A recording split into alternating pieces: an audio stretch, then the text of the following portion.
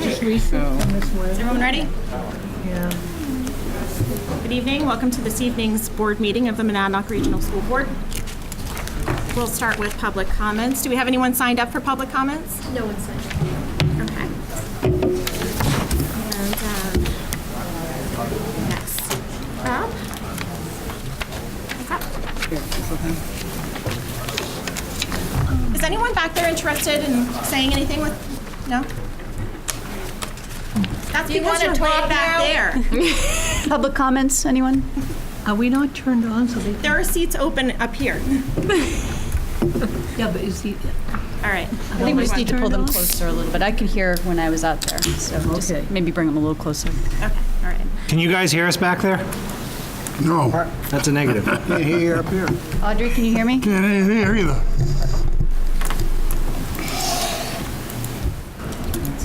Mine worked. All right, well, that was a good start.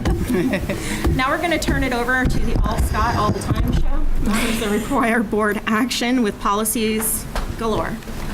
Policies galore. Okay, so you have a list in front of you in your agenda.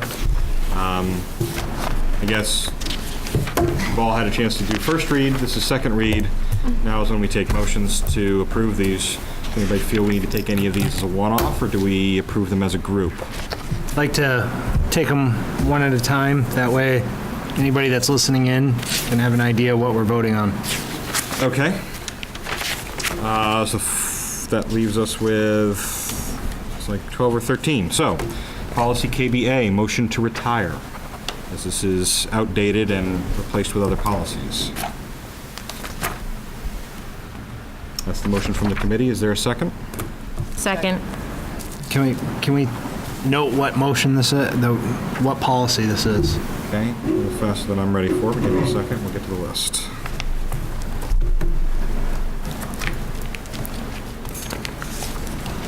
I'll help you with that. KBA is public's right to know. It's been replaced by another policy. This one discusses public access to records. Also, policy KBA-EL. That one is right to know implementation. And lastly is KBA-R. That one is public's right to know, public access to records. Again, a duplication. Neil? Where does this 1E, support services, go? What, the request is let's take them one at a time. So right now, we're on KBA by itself. I can't find E, that's what my question is. I can't find it in the list, I got it in my hand. All right, so KBAs are all stapled together right here. On the top is KBA. Second in that part of the packet is KBA-EL.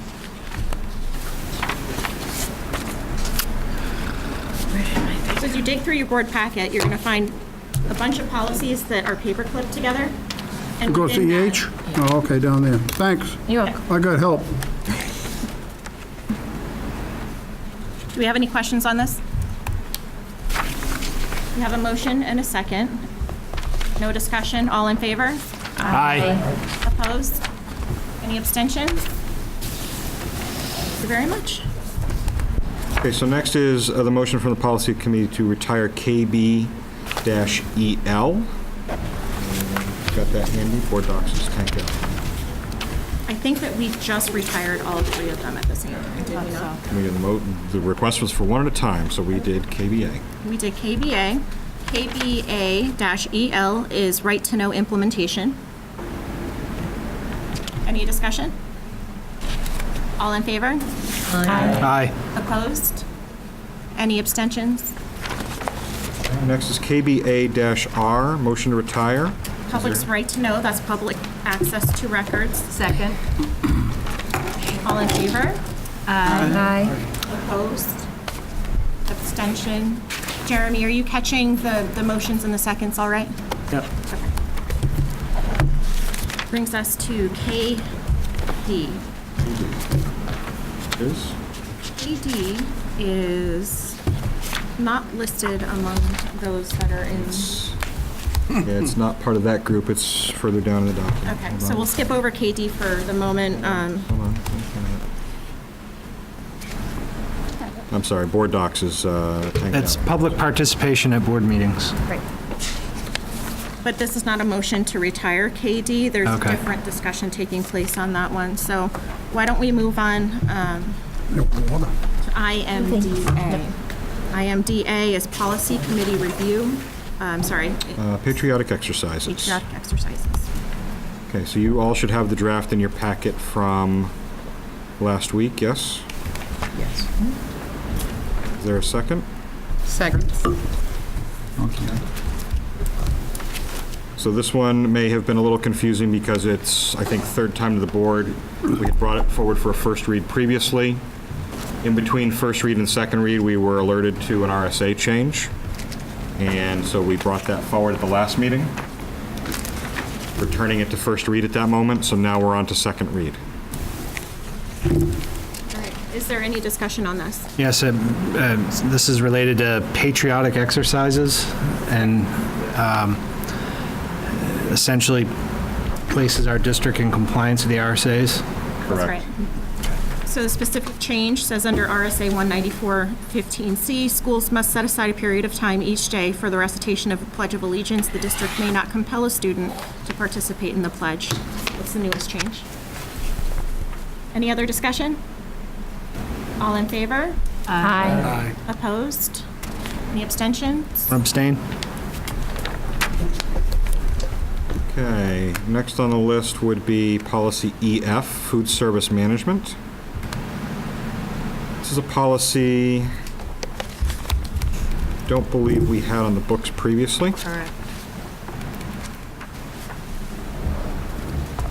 Describes responsibilities of food service director, school nutrition director, or designees. And this is to create compliance with RSA.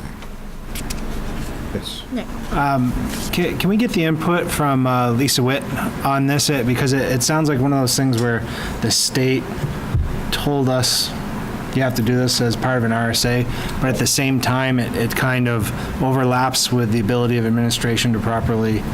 So aside from the retirement policies, everything you're seeing tonight are things that were brought to the policy committee as a result of either the NHSBA audit that we paid for around Christmas of 2016, that revealed where policies were outdated or simply missing, or the twice per year bulletins that NHSBA publishes that says, here's an RSA change you should know about, you should look at your policy and make sure you're updated.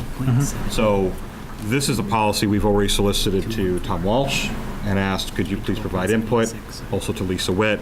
They bring that back to the policy committee. Now you're seeing the fruit of that work. Okay. So there's just none wanted- of these that haven't been exercised in that way. I just wanted to make sure that this specific policy went by Lisa. Okay. It did. All right, are there any other questions?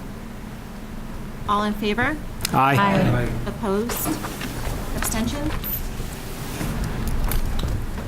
Okay. I'm trying to bounce through too many. What's next on our agenda? KLG, and to retire KNAJ. Okay. So KLG is relations with police authorities.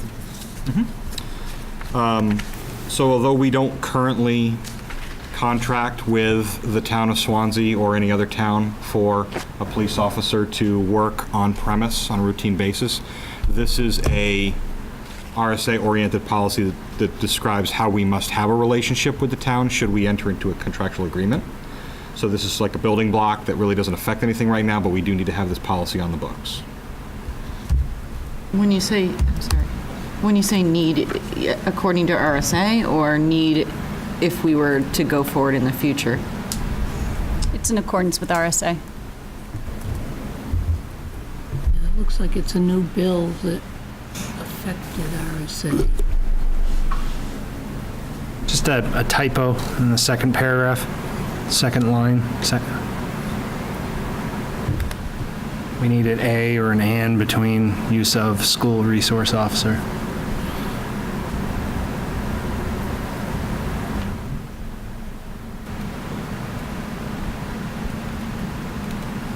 All right. Anything else? Winston? This refers to school resource officer. It says we may have one. No, but we don't have a school resource officer. We have a security officer. Correct. So this, This is different. it does not apply to the current resource we have in Okay, play. so that stays the same. That does not change, and Okay. this policy does not affect that. Good deal.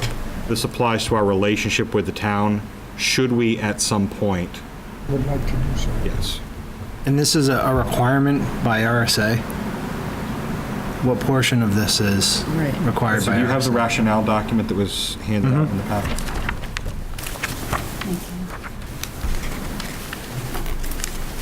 So our policy was last updated in 1993. RSA 18611 requires that we adopt a policy and enter into a memorandum of understanding with any local law enforcement agency if the school district will be using a school resource officer. Okay, so it's not necessarily required by RSA, it's only required by RSA if we move forward in that direction. Correct. Okay, so that's very different than the Required. answer. I believe it's required even if you do not have a resource officer, because the first paragraph specifies that there's a cooperative relationship between your local law enforcement and the schools. And then the second part only applies if your district were to have a resource officer. Okay, so that was just as vague as it. We have to have an articulated policy that says we'll cooperate with local law enforcement Okay. for health and safety and protection and those types of things. Sure, and the first portion of that, Yep. of this covers that, but the second portion, the second paragraph is in addition to that and would be required if we move in that direction. I Right. just want to be clear about this for the board members here who are questioning that portion. So it's in place should we want to move in that Okay. direction. However, it doesn't require that we have an SRO, it just says that we may. So If we do, we have to have a memorandum of understanding. So reading the RSA online, trying to go fast here, we have to have a policy in place that says if we go down this road, we will create memo of understanding. Okay, thank you for clearing that. Karen, did you have anything else? I was debating on having a motion to table until there's further clarity, but I won't make that motion. Any other questions? Betty? Not a question, but it appears to me that it's just a proactive move, so that if we get to that spot, we don't say, oh, what do we do? Now we have a policy. Yes. All right. Karen? I just want to, well, I agree with you, Betty. I just feel that this would be part of what we would do if we were going down that road. I don't feel that it's something that's necessary at this time. The I feel RSA like calls, it's put the RSA forward. calls for us to have it on the books so that if at some point someone gets a good idea to contract with the local law enforcement, we don't get to bypass the memorandum of understanding step. We have to have a policy in place at all times that says that's our approach if and when. We don't get to adopt the policy when we're ready for it. From my understanding of the discussion that just took place, it's only required that section of it. The first portion that details the relationship that we have with our local law enforcement agency is required. But that second portion, the second paragraph, doesn't sound as though it's required unless you take that path. Now, I'm personally not opposed to having that in the language. I just wanted to make sure that it's clear for everybody, because we know this is a hot button topic throughout the district, with people here and on this board, with parents, and I want to be as transparent as possible with this, especially because we're later in this meeting, we're going to get into the discussions of SSO and SRO. So I just want to keep it very clear and make sure that we're not going down the road where we're trying to put some policies in place that act as kind of the footbridge, the foundation to getting to this other port. Sure. So, having not read that far into the agenda myself, Okay. what I can tell you is that if you follow the breadcrumbs of how we got here with this policy, it comes from like the 2016 audit that says you haven't touched this policy since 1993. That's the only reason we're here. Okay.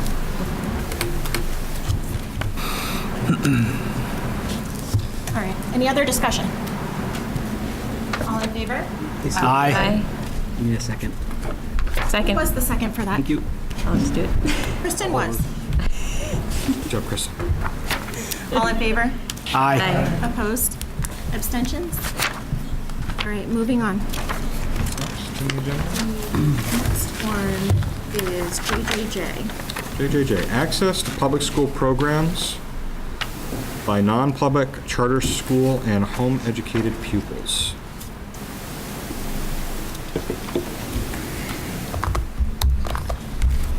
All right. Is there a second? Second. So many willing participants. HB 555 passed, and it requires school districts to grant equal access for such programs to pupils attending private schools and engaged in homeschool programs. So we have to do this. Are there any questions? All in favor? Aye. Opposed? Abstentions? The next one is EBCA. Okay, so, motion for EBCA, is there a second? Second. Any discussion or questions? This policy is on emergency plans. Neil? Yeah. On page, let's see, page 4, item K, it mentions registered nurse and below. I thought our superintendent told us that we couldn't have that anymore. Where are we? Now, I realize that that means going forward, but shouldn't it be mentioned? What page are we on? I'm looking at the emergency plans. Page 4, item K, it says registered nurse, licensed practical, da-da-da-da. So- I thought you told me there had to be a I just- 4-year degree nurse now. I just don't, I don't see what page you're referring to, We're on so. policy EBCA, Neil, there's only 2 pages. Yep. Oh, I thought you were on the next one. EBCA, Number 6. I don't know what this one is then. Emergency rules? That's right. I think that's later in the We're agenda. required to annually submit our emergency plan to the Department of Education in accordance with HB 233. Well, that wasn't the one I'm looking at, though. What's emergency rules? Which one is that? Emergency plans is EBCA. It's this one. It starts here and goes over here. I put it in backwards, but if you want to read it, it goes from here to here, from here to here. No, that isn't the one I got. I got a different one. I think you're looking at, Should be two of them. I think he's So this is our policy. He's looking at that something else. Does it, indicates that the superintendent is responsible for ensuring. Okay, no problem. I just got the wrong one, but now I don't know where this one goes. This is later in the agenda. This is later in the agenda, not on Okay, policy. where in the agenda? Yeah. I'm gonna sit close to you. No problem. I will tell you when I find it. All right, rationale? Rationale, outdated policy, last adopted in 93, updated in 98. It used to be a 1-paragraph plan. So now we have updated language that indicates that the superintendent is authorized to provide building schematics to Homeland Security and Emergency Management, Department of Safety.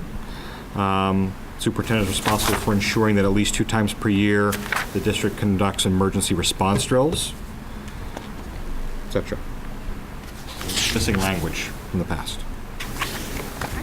Any questions? You say 2 times a year? At least 2 times per year, or RSA 189. And just to be clear, that's not 2 times a year that we do fire drills. These are completely separate. They could be fire drills, they could be lockdown drills, they could be evacuation drills. It's We try to emergency do a response variety of drills. It doesn't response go drills. deeper than Yeah. that. What is our current policy, our current Practice? practice? We're required to do it with school sessions. It's gonna be. Which is more than the RSA? It's gonna be Yeah, down it's here. the And we're directive up from here. our emergency, Yeah, I know where emergency- we Department of are. Emergency Okay, I gotta Management. move my note Homeland then. Security has said we need to do a drill of some type at least once a month. And we're living up to that. Oh, yeah. Yep. We've been fire drill heavy, perhaps, but, we'll talk a little bit about safety plans later on in this meeting. Talk a little bit how we're diversifying that this year. Any other questions? All in favor? Aye. Aye. Opposed? Abstentions? That brings us to EH. Okay, so policy EH is another outdated policy, last updated in 99. It's about data management. It's about how we handle records. So this is updated due to more propagation of electronic methods, et cetera. making sure that things are properly disclosed to the public, that there can be a fee for making copies, etc. Neil first? Back in February, I had mentioned the fact that you had made the superintendent responsible for all documents.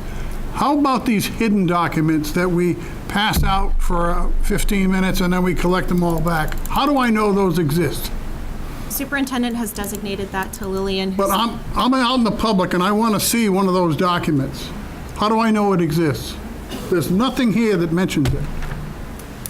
Nothing in that red that mentions that document, where you passed them out and then you collected them all back. You're referring to sealed minutes, which are not accessible to the public? Well, every time I've seen it happen, it's a sealed document or a sealed minute, but again, you pass them out, you pull them all in, and then you, most of the time, say, seal all these minutes. How do I know that document exists, and how do I get a copy of it? You wouldn't be permitted to have a copy because those are sealed minutes. If you were a member of the general public, you wouldn't be allowed to have it. It might be, yeah, but you have to undo that sealed minute sometime. And Then how do you know the document exists? And how do you know she hasn't changed it? So that's off topic for this RSA and this policy. It doesn't belong here? No. When am I going to get my answer to the February question? Which I wrote up very simply, give a copy to the trustees of Swansea. I believe we ratified that at the Gilson meeting. No, you pulled it back and said the policy committee would come up with a ruling. Yeah, so we can look at the minutes, but I know we've addressed that and brought that to the board, so. I want to ask, are the two of you going to respond to Neil going down the same I'm way? wondering or- if there was a motion and a second for Right, that discussion. was We're my, we're missing the second. Second. Yeah, but I'm curious, so the superintendent's you're gonna act as the focal point for all public requests of information? Everything has to go through you? I currently am, yes. Okay. If it's a request under the right to know, it does come to me first, and I might delegate it if it's not, minutes or something that's easily accessible to me. But I do see all of them, and I typically respond to all of them. Okay. Winston? This district has had this for over 60 years and we never had a problem. And I don't see why we have to have special people outside of the district to take care of that. And I think it's working fine now. Thank you. Any other questions? All in favor? Aye. Opposed? Unopposed? Opposed. So that was Karen and Nick. Any abstentions? Moving along. Next one is JICFA. Okay. Ms. Hazing. Again, a policy last touched in 1999. A lot of the impetus for this policy update came as updated sample policy and getting into the definitions of endangering physical health versus endangering mental health, definitions that were sort of lacking from older policies. So it's updated language sort of Purple one, again. it doesn't really stick. thank you.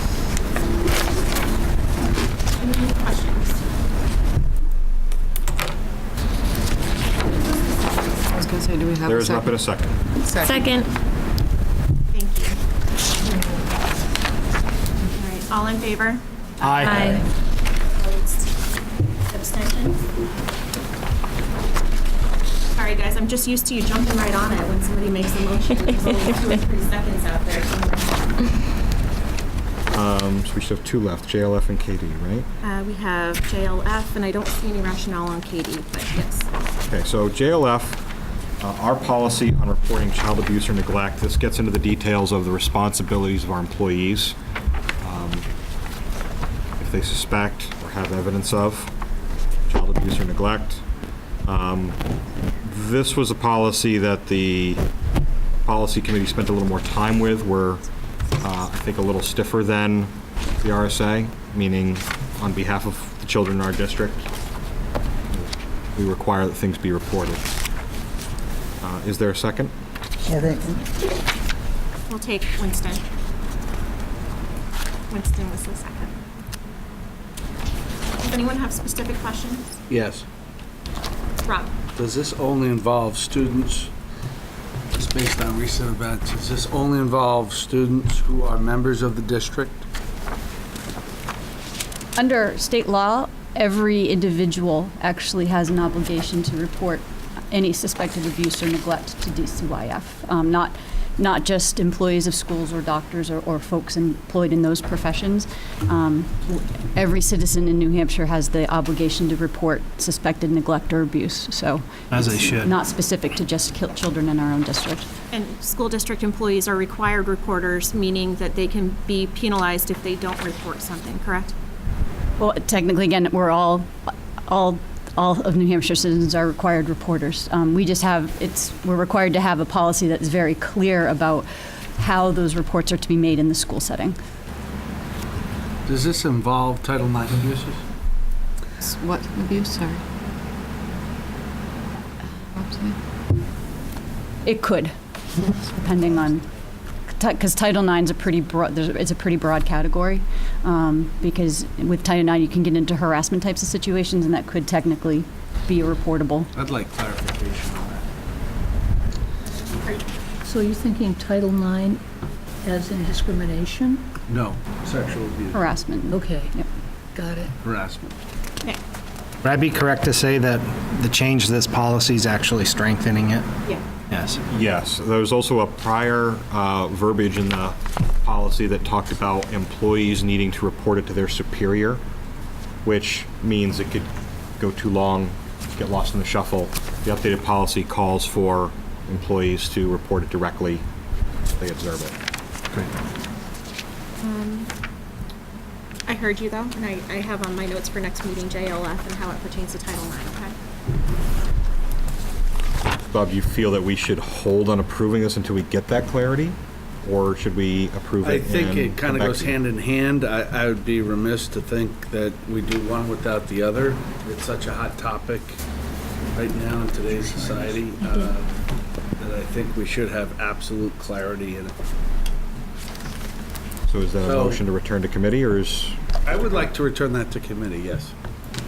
And just to clarify, Title IX would address employee and employee sexual abuse, right? I think, when you're talking about Title IX in this context, I don't know that you're talking about Title IX as much as you're talking about some of the actions that might be a Title IX violation in certain situations. If you're, again, any type of sexual abuse, any type of harassment, those types of things, if, again, as an adult reporter, if you suspect that there is that type of abuse or neglect happening, you have an obligation to report that.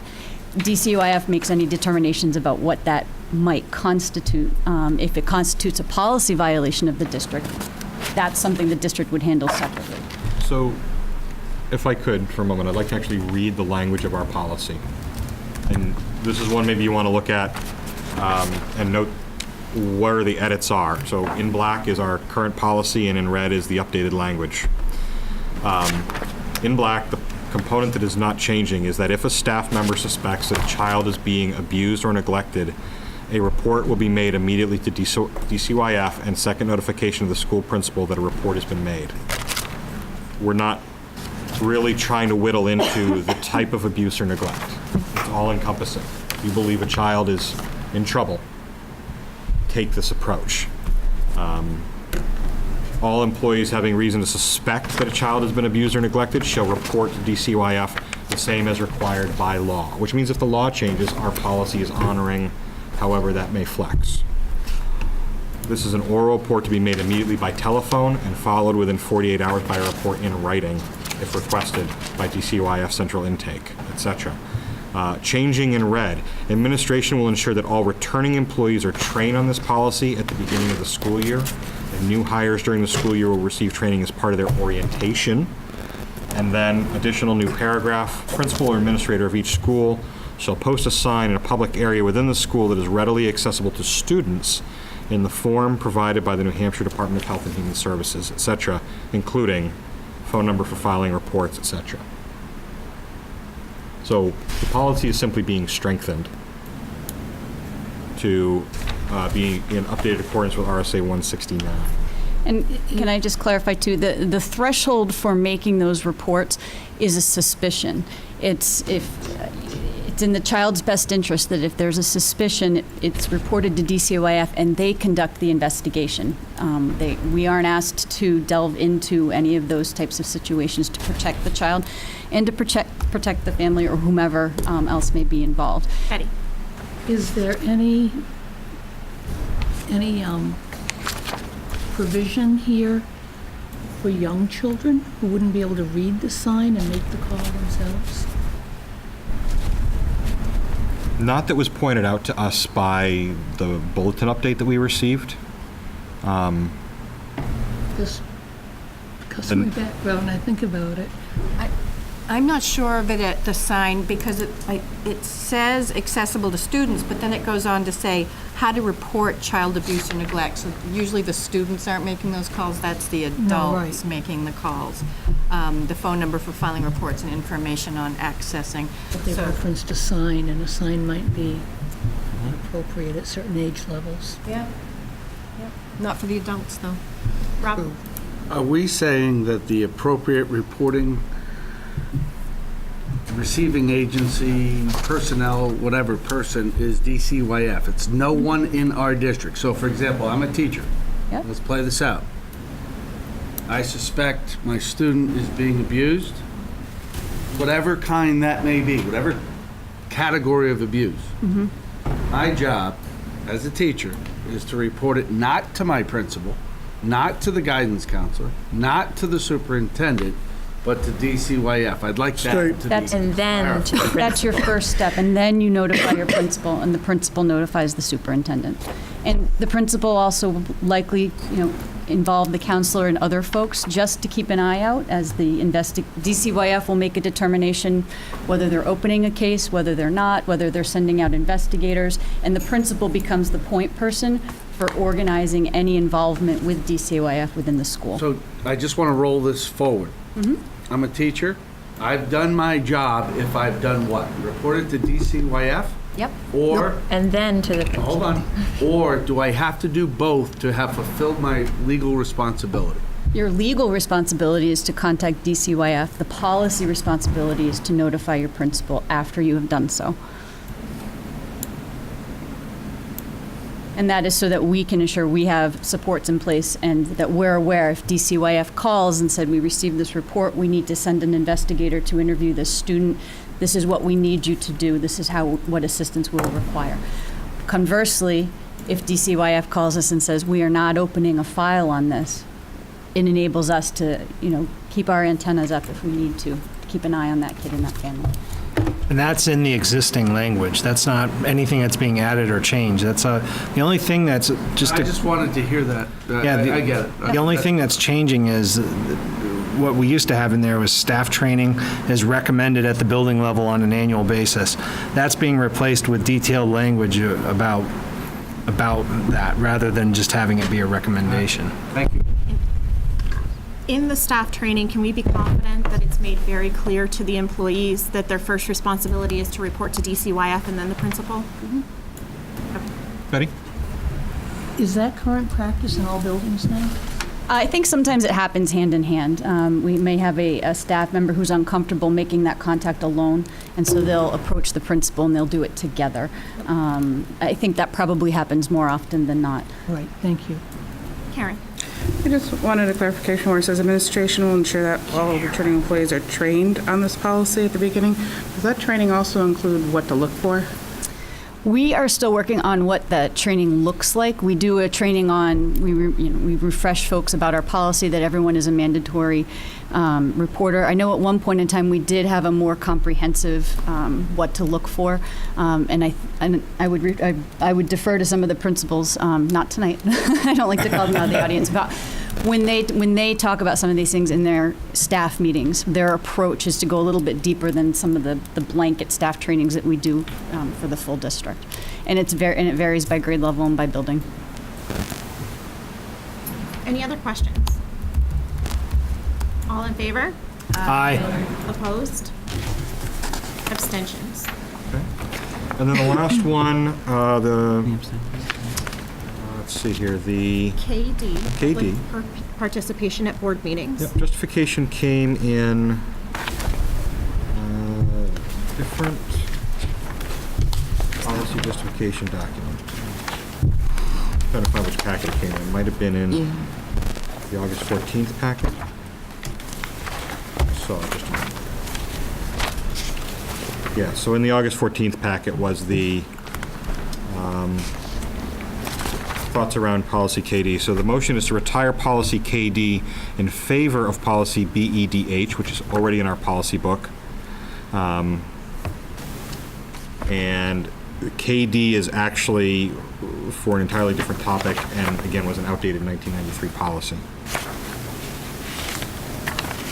Quickly look at what it was. You said it was in the August 14th packet? Yes, it was in the August 14th packet. That's why I was not here for that meeting, which is why I was a little lost. KD is public participation at board meetings, and it's in conflict with BEDH, which we've revised several times. More But recently. this one is stale, old, and kind of hanging out there. It needs to go away.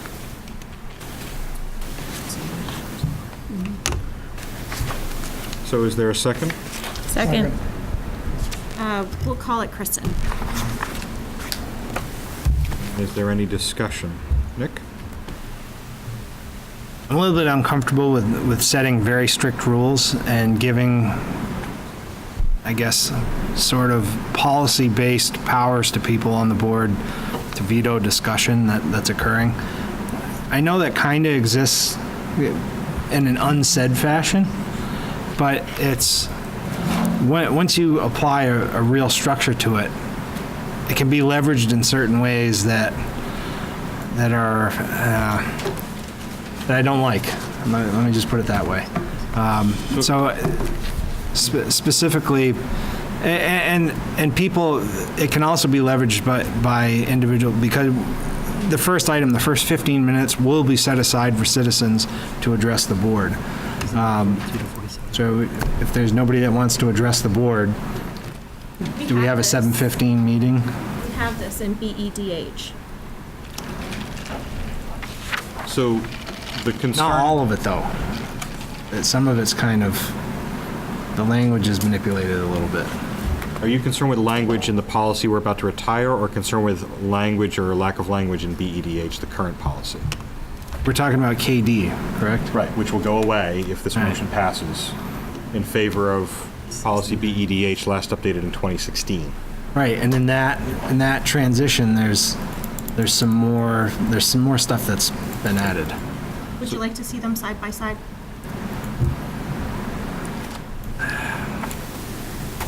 This is the new one. This is the BDH. Yeah. While Nick is looking, is there any other discussion? So to be very clear, if BEDH differs from KD in any way, it's because of revisions and modifications that have made appropriately via the whole board in the time between 1993 and 2016. This other policy, KD, was simply never updated along the way. So we've been updating one policy and not the other. They're out of sync. When we look at New Hampshire School Board Association's policy library, they no longer acknowledge KD. They only acknowledge BEDH. That's NHSBA, not, Yes. we're not talking about RSAs.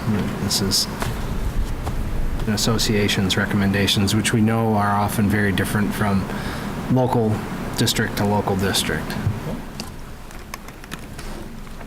All right, any other discussion? All in favor of retiring this policy? Aye. Opposed?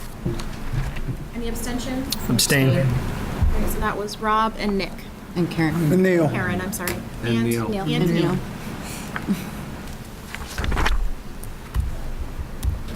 So Jeremy, can you let me know, did that motion pass? I hope We all so. abstained, so. Yeah, we all abstained, we didn't vote against. They weren't able to abstain. Well, it wasn't any no, so it's still gonna pass. It passed. All right, so that brings us to the end of the policy portion. Lucky us. Good job. Like deja vu. How many we got left to go? We're tackling 9 tomorrow, and after that, we have an additional 68.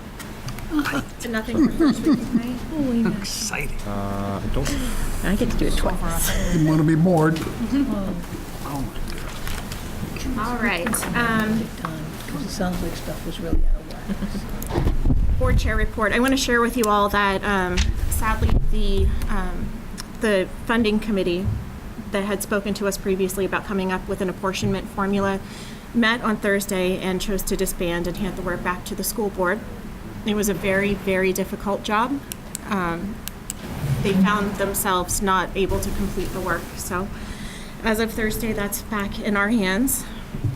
Can we thank them for the time and effort they put into this? I'll write them a note. Thank you. Absolutely.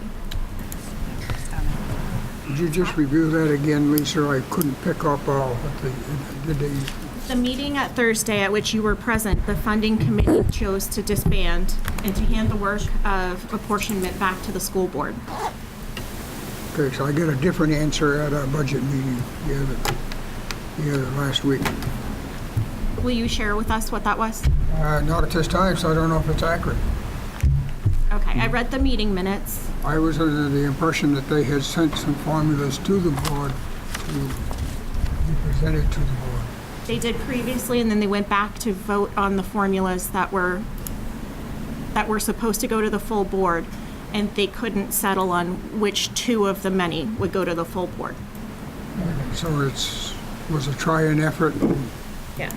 They did a really great job. They tried hard. They had lots of meetings. Yeah, I went to a few of those meetings, and it's not an easy committee to work on. They were all Not- fair-minded the people, committee's too. bad, it's Yeah. just that two towns differ so. Intentions were good. Scott? do they have artifacts that they've already given to us so that we could ask them for, so that we don't go through the whole journey again? Yep. They wouldn't have to give them to us because we have access to them via the Google group and all of their meeting minutes. So that's available for us, but we will ask them if there's anything that they find most important of the work that they've done. They could send along. Lisa? Yeah. Would somebody that has access to those be able to forward it to the full board if, I know I personally don't have access, I was part of the Facebook group, but,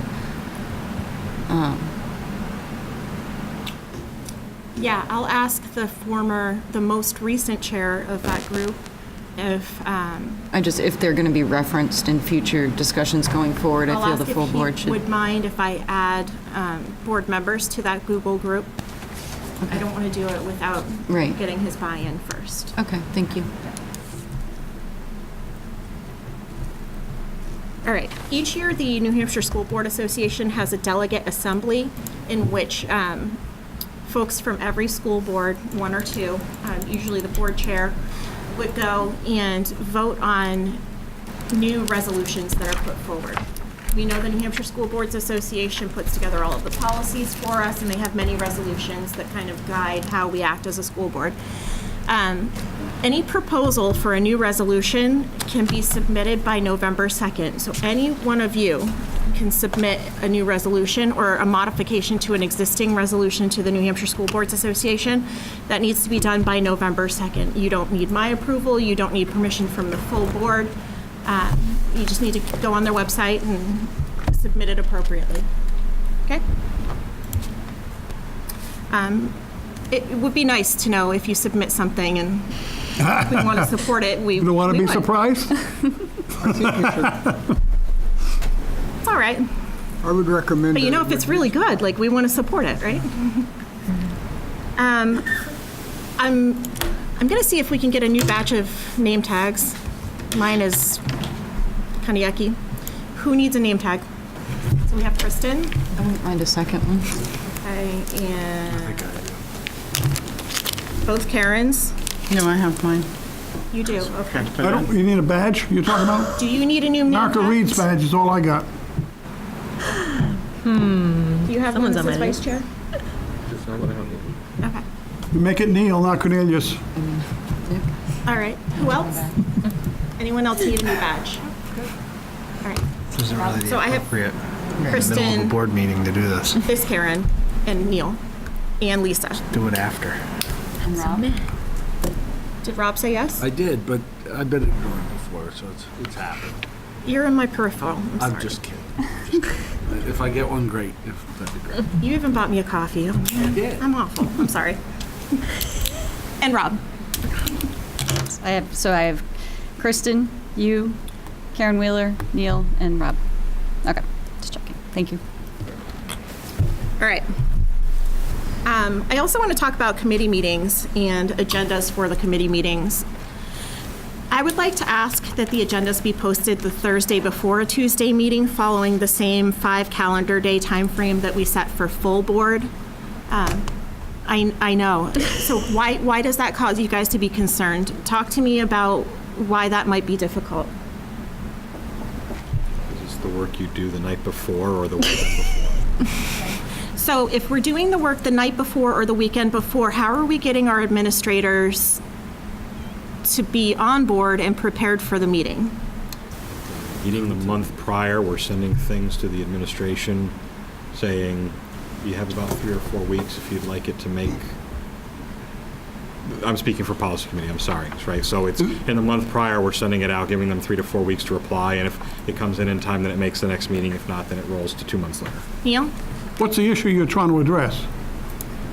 We have administrators and staff people who don't want to come to a meeting if they're not needed, but how do they know if they're going to be needed if they have never seen the agenda till the day before, when perhaps they could have scheduled something else on that evening?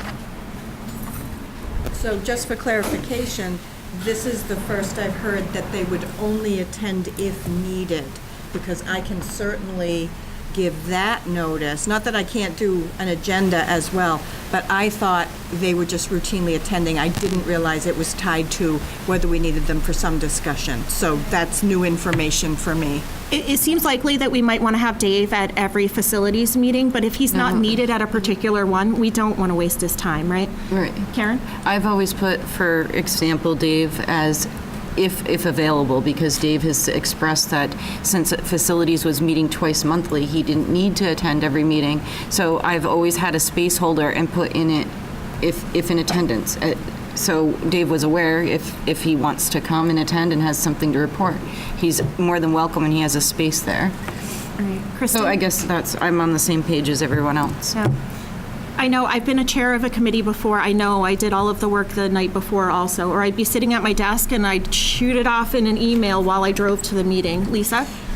You know, the other two pieces to that, one, you know, having their public meetings, and having, you know, folks that want to attend those have an idea of what might be happening at those committee meetings so that they can attend, I think is important. And especially over the summer, quorum is always difficult, and I think when an agenda is not available, it's more likely that there won't be a quorum. And so, you know, I want to see the meetings successful. I want to see them, you know, populated with people that are interested. So I think being able to have that information out in advance certainly helps the administration be prepared. And, you know, and I value, I'm happy when we have a quorum, but also just for the folks that are interested and do want to attend those meetings. So in the full board meeting, we talk about setting next meeting's agenda. And I take a list, and I could tell you tomorrow 80% of what's going to go on at the next board meeting. Could we have an agreement that perhaps the committee chairs will put out a rough draft of next meeting's agenda based on what was discussed at the prior meeting? So maybe you stay an extra 5 minutes and you do like a quick rough draft of the next meeting's agenda? Does that prohibit you from adding anything? It would not. It wouldn't, as long as you make personal contact with any administrator that you need to have attend that wasn't already I was forewarned. thinking the public, not the administrator. Yeah, I know, I've Betty. always put other or something like that as one of the Yes. placeholders, so that if something does come up, or the administrator has something that, I mean, Jeremy and I usually communicate at least a couple times during the month, but Yeah. if something comes up, then that other allows you to insert something that might not have been thought. Or if everyone kept their agendas on Google Drive and it was a living document, the administrators could access it regularly and see how it's shaping up throughout the month. I'm trying to come to a good balance where we're meeting their needs, because they certainly need to know what we're going to talk about, and we need to protect their time because their time is valuable to us. We're wasting taxpayers' money if we invite them to a meeting that doesn't have quorum, or where if they can multitask at the meeting, they don't really need to be there for the whole thing, right? So I'm going to ask, could the chairs of the committees please do a rough draft of next meeting's agenda very shortly after you wrap up the existing meeting, so we can have a good idea of what's going on next time? And who are we sharing that with? We would want to share that certainly with. Do we have a board team drive? We all have access to Google Drive. Right, but do we have a team drive that, No, we could just do it as a shared board, as a shared doc. but that means you have to invite every single person in, instead of a team drive where it's all just sitting there for everybody that's a team member? So once you have your committee group set up, you could just share it with that group. I'll show you how to do it. I can do that. Okay. Lisa? Just on the same topic, we've relocated the End 68 Hours of Hunger Food Pantry to a different location, which means the SAU conference room is still a viable meeting space. And so before we leave tonight, if the different chairs could touch base, or we can do it now, and just let me know what your preferred meeting space is. You could still use Wilcox. I think some folks really like using Wilcox. I see Sherry nodding. I know it's because the public. CRC, it just lends itself better. But if you can just let me know, and obviously I'll write you down for Wilcox, I'll make sure that Lillian has that information, and I promise no more rotating room schedules. We've got it in a good place right now. Let's just go ahead and take care of it now. So it sounds like CRC will be Wilcox. Policy is going to be SAU, correct? Either is good for us, right? Policy? Does it matter? I sort of like SAU better because You guys meet back to back, so you'd have to have some coordination between the two meetings. that's, for policy, I like it because it's closer so I can hear. You've got your projector that you need. Yep. So SAU for policy. And that For means SAU extracurricular. for extracurricular. And that leaves facilities and finance. Yeah, I think SAU makes the most sense for the administration. It's right near your offices. So I education personally and- don't have a preference. Do you, Betty? She's facilities, I'm education, so SAU. Okay, sounds like everyone except CRC is going to be in the SAU. Okay, thanks. And that's it for me. Superintendent's report. Great. David is here tonight to give us a little bit of an update on the Troy structural and soil reports. Dave? I think he handed out a document to everybody as well.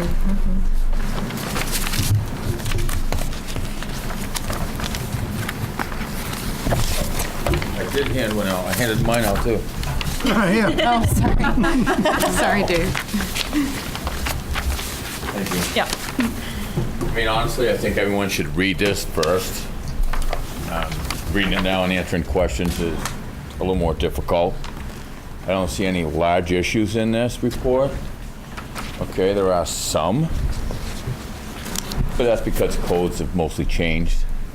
Snow loads, things like that. So if you read the report, I think it'd be better than me trying to explain it to you now, and I can answer questions. If you want to email me, we can bring them forward to the next facilities meeting. Does that make sense to everybody? Nick? It sounded like, just from reading the conclusion at the end, that from a structural standpoint, the Troy School is in pretty good shape. It's okay. I mean, granted, some of the snow load issues are 40 pounds. That's the old days, and we have a lot more than just Troy School with that. There are some joist issues in there that they're a little concerned about. Again, the granite wall's fine. Is it seismic to what we have nowadays? No, but, it's okay. It's not falling apart. Okay, so if you read that and you go through it real quick, and I'm sure some of you have scanned through that, it's pretty much self-explanatory on what the concerns are, but it'll help us as a group going forward in what avenue you may or may not want to take with the schools. We should do that with most of our schools, so you're absolutely clear on how things are. Should Cutler be next in the old section? You don't have to do the whole school, but should it be next in the old section? I don't know, for that little bit of money, why you wouldn't. That's just my opinion. Rob might make that motion later on. Do you have a question, Rob?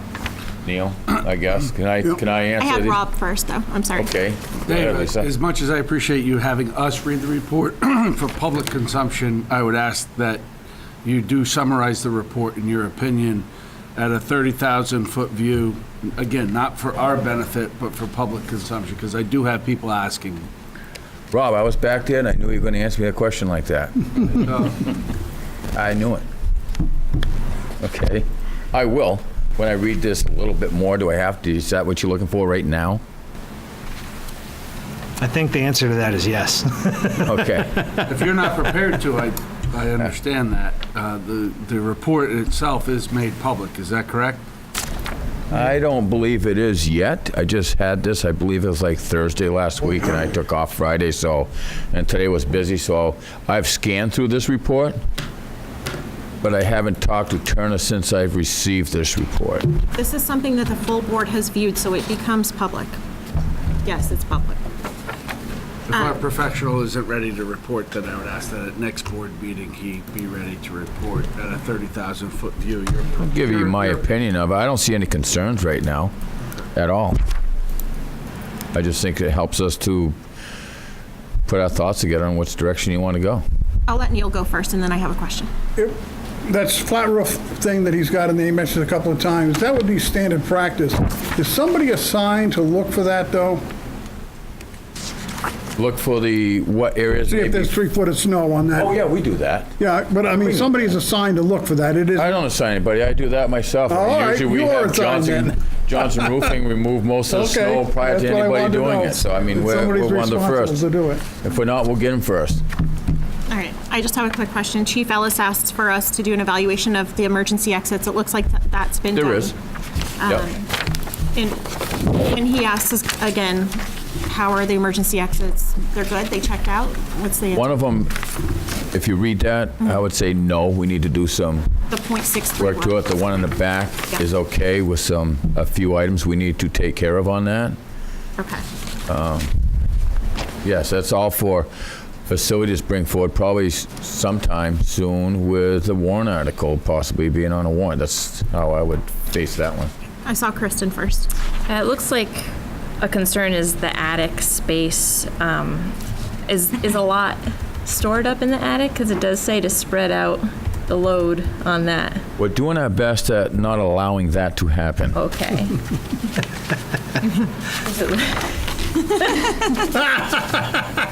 There might be a big Mickey Mouse up there somewhere. No, there is not. But we're doing our best at not allowing that to happen. Okay. Because it's just a recommendation, so I just wanted to address that. They used to have a Winston and trailer Dunday. there where you put everything in it. Winston? I lost a little bit of train of thought, but we mentioned in here there are some things that do not meet specifications. And we've got 5 no's that it doesn't meet criteria. And yet in the report, it says everything's fine, you can live with it. What I wondering is, will it pass the New Hampshire fire codes? That question I can't answer right now. I don't know what those codes for the fire codes are right offhand, Neil. I mean, They gave me the impression there are some things that should be looked at here. And also, do we have any alarms on these buildings to indicate there's because we already have the security system, that we can put an alarm on these roofs so when it reaches a certain weight or with water or anything, That'd be tough. could be done. I thought particularly the high school. you probably could, but we watch that constantly when we get snowstorms. You know, we know which roofs, if it blows out of the north, are going to pile up, and we remove just those areas. I mean, those are things you got to learn and take care of as you have experience in years of being here. I mean, we know those situations right now. When we get a north storm, we know we're heading out on the other side of the locker room and take care of areas over there. I mean, you want alarms on the roofs? I'm sure you can, and look for a deflection. They probably make those, how much it's All the deflecting. hospitals have them and that nature. I don't know how expensive it is, but what if you're not around? What if you decide to take a cruise, or what if you decide to get ill? I won't cruise anywhere near, not in the winter. Your other janitor, do you have a backup guy that works with you, or does he report into you? Our maintenance staff will look at these, and we know when it snows. We're gonna let Dave We're look at always that looking offline. at this. We know most of our Snow, roofs I are can't- 40 pounds per square inch, Nick is okay? next. Nick's up. Nick's turn. Okay, sorry. there's two sentences on the back page, second to last paragraph, say, just going to read the two sentences. Currently, there is no immediate need for any structural upgrades. Load limits should be imposed for attic storage in certain areas of the flat roof should be monitored for excessive snow buildup. And to me, that coming from a PE, which I'm glad we actually had a PE to look at it, that's very comforting and reassuring. I'm glad that this study was done. Did you want to read the rest of it? that I tells was you going that to, but I original- didn't original want- timber is better than the timber we buy today? I didn't want to be accused of Okay. taking up too much time, but at the recommendation of the original lumber used in the construction of this building, particularly the oldest section, what we're often told is what we got to really look at because it's old. Depends if it's been wet or not, or dried out, okay? Is old growth lumber with much better structural strength than the lumber of today, like dimensional lumber, and so it's still in very good condition. And, Love that. and then, Rob, I'll just ask you to keep in mind that we are talking about this at the next meeting as well. I just have a question on the last page where it says emergency exits. I think it's talking about the outside fire escape, and it says stringer. What's a stringer? I know what a tread and a handrail. What page are you on, Betty? 5. 5. And it's, Top of the page, second sentence. It's going up. And stringers. A that stringer. was the one thing that said didn't meet criteria. Those are underneath the treads. You've seen the boards that are Oh, cut, all right. that you put your treads Very on? top, second That's a sentence. or stringer. First sentence and the Okay. second. I mean, again, some of the areas that said they were out was because we've changed from 40 pounds, is what the original pound per square foot allowable or anything like that, to a 52. I mean, you can go north of here and that changes to probably 65. Okay? As far as what you have to build with, because we have more snow north. So that's how they ended up changing things. But back when this was built, it was based on 40 pounds a square foot or whatever it may be, okay? All right, Rob? Dave, in your professional opinion, did the study answer the question about, yes or no, whether Troy? Troy could be renovated? Yeah, it can be renovated. Thank you. Anything can be renovated. It's whether or not it's worth renovating. In my Nick? opinion, that's all. I'm not saying Troy. Don't get me on saying that's Troy, please. Okay, I'm not saying that's Troy. It's any building, is what I'm trying to tell you. I'm That's all. talking specifically about Troy. Nick? So the agenda said we were also going to see stuff about the soil testing, but We haven't gotten that I yet. have not Okay. received Okay. that yet. I've called. And the Have soil this, testing, so. But I'm going to let you know that we did not see anything in the soils that would concern us. from Well, I contaminant. was there all day with them. Oh, okay. That we discussed things as dirt was coming up and things like that. Water table was down far enough, like 20-something feet in most areas, so gravel in the back area where if you wanted to add in the back parking lot, the gravel in that area seemed okay. Out back, it was a little bit loose, but you're not adding out back. You just barely have enough room for a little bit of parking, and then you have a bank, so. Where we did think we might be, if you needed to add on to that building, where we tested mostly, everything seemed fine. There was no smell or odors that would cause us to think we needed to test for any chemicals or anything like that. Just, that's my professional opinion on that. I know kidding you with you, laughed Rob. at me last time, but please let them know that we're looking forward to seeing the soil testing by the meeting on the 18th. The school board would like to review it by that time. Hey, We haven't paid him We yet, can right? try. Right, I will. thank you. I've told them once, and we'll Have we paid them yet? no. Okay, good. There's a deduct. 3 months, is That's long a enough. poor practice for us, so we try to wait until things get done before we pay them. Yeah. Unless I know you real well. Just kidding. I think we can let you go. Thank you. Thank you very much. Thank you, David. Thank you. Okay. So just a quick update on safety plans and such. You just actually approved the revised policy for emergency plans that stated plans need to be in accordance with a specific RSA and NIMS criteria. We had actually already been using that criteria prior to the legislation passing, but we did, all of our schools got their plans submitted and ahead of the deadline as required.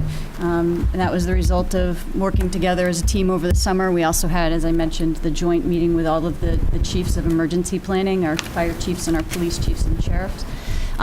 Also coordinate, and we're continuing to work on those plans. They're by no means a finished document. There are still some components that need to be fleshed out, and we'll continue to work on that over the course of the year. All of the schools have scheduled a slate of school-level safety planning meetings, and I have all of the dates and times for September if folks are interested. As those meetings will be discussing school emergency plans, anything that's discussed there is confidential. As school board members, you can be there if you'd like, but you wouldn't be able to take anything with you. Those plans are under lock and key for obvious reasons. So if you have an interest in knowing when your towns or schools are having those meetings, let me know, and I can get that information to you. I think that we all have an interest in knowing when the meetings in the towns will take place. Yes. Yep, okay. Cutler is September 5th at 7:45 a.m. Can you email this too? Yeah, could you please email those to everybody? Would you rather I just email them? Yes, please. Yes, please. Thank That'll you. save about 45 seconds right there. Seems to me there's one other thing I wanted to say about the safety plans.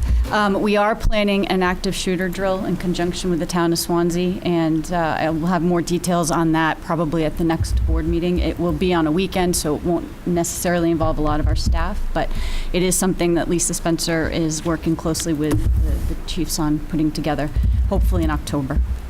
It'll be on a weekend? Yes. Is this more training for the? It's more training for the emergency responders. Not the student. Right. There's a joint meeting on 9/11, regarding the school start times. Yep, I'm going to talk about that Okay, too. all right. I'll talk about that now, actually.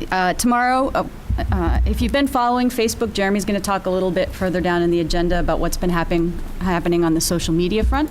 I think it was in today's Keene Sentinel, there was an article about the start date of school, and the governor's looking at putting together a task force to whether or not we need a law that says we can't start school till after Labor Day. And I was called for comment by the Keene Sentinel, and I declined comment because we hadn't had a chance to meet, and I didn't want to represent the feelings of the board or the district, not knowing our history. Why we start before. I mean, obviously, I know SAU 29 does, and the vast majority of districts do at this point start before Labor Day.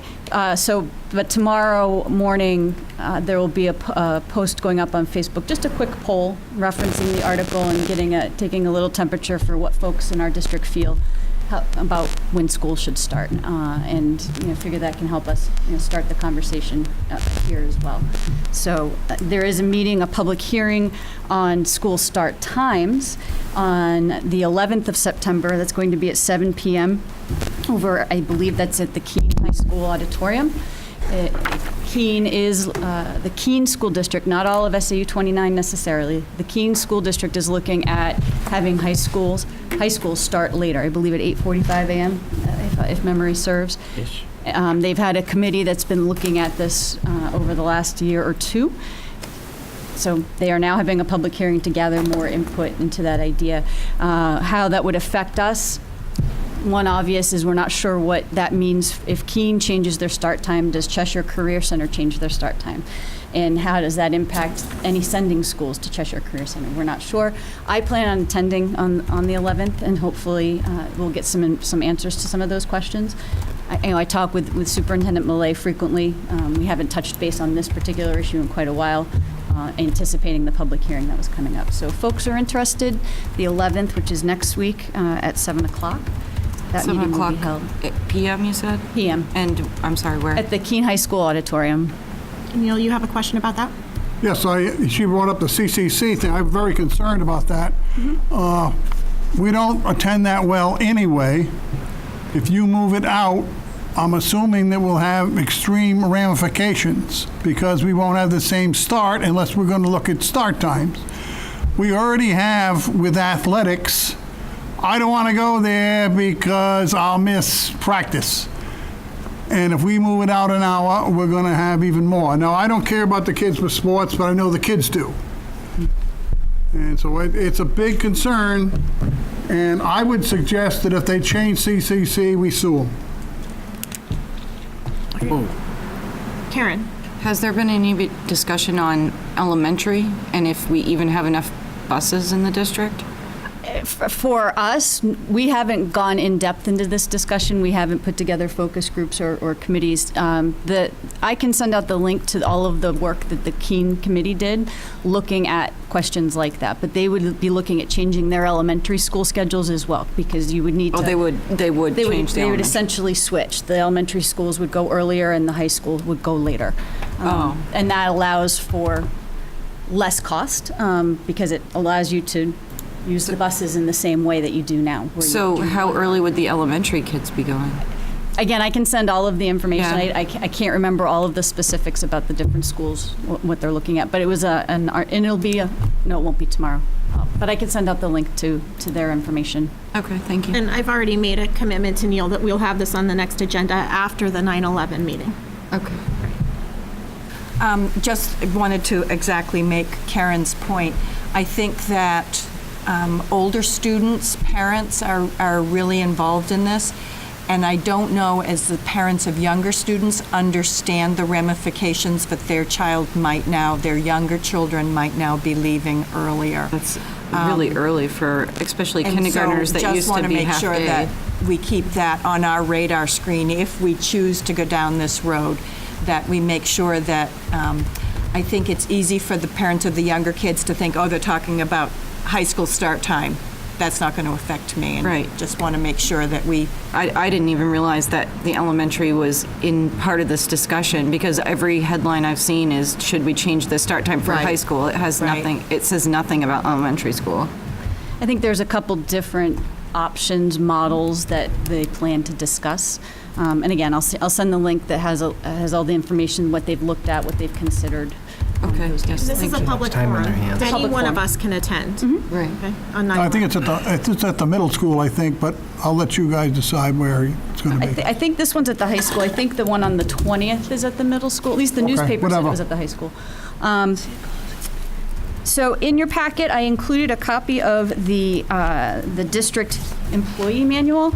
It had last been updated 2013 or 14, and so we worked on that and updated it, and we also implemented this year mandatory I'm asking review. the right question.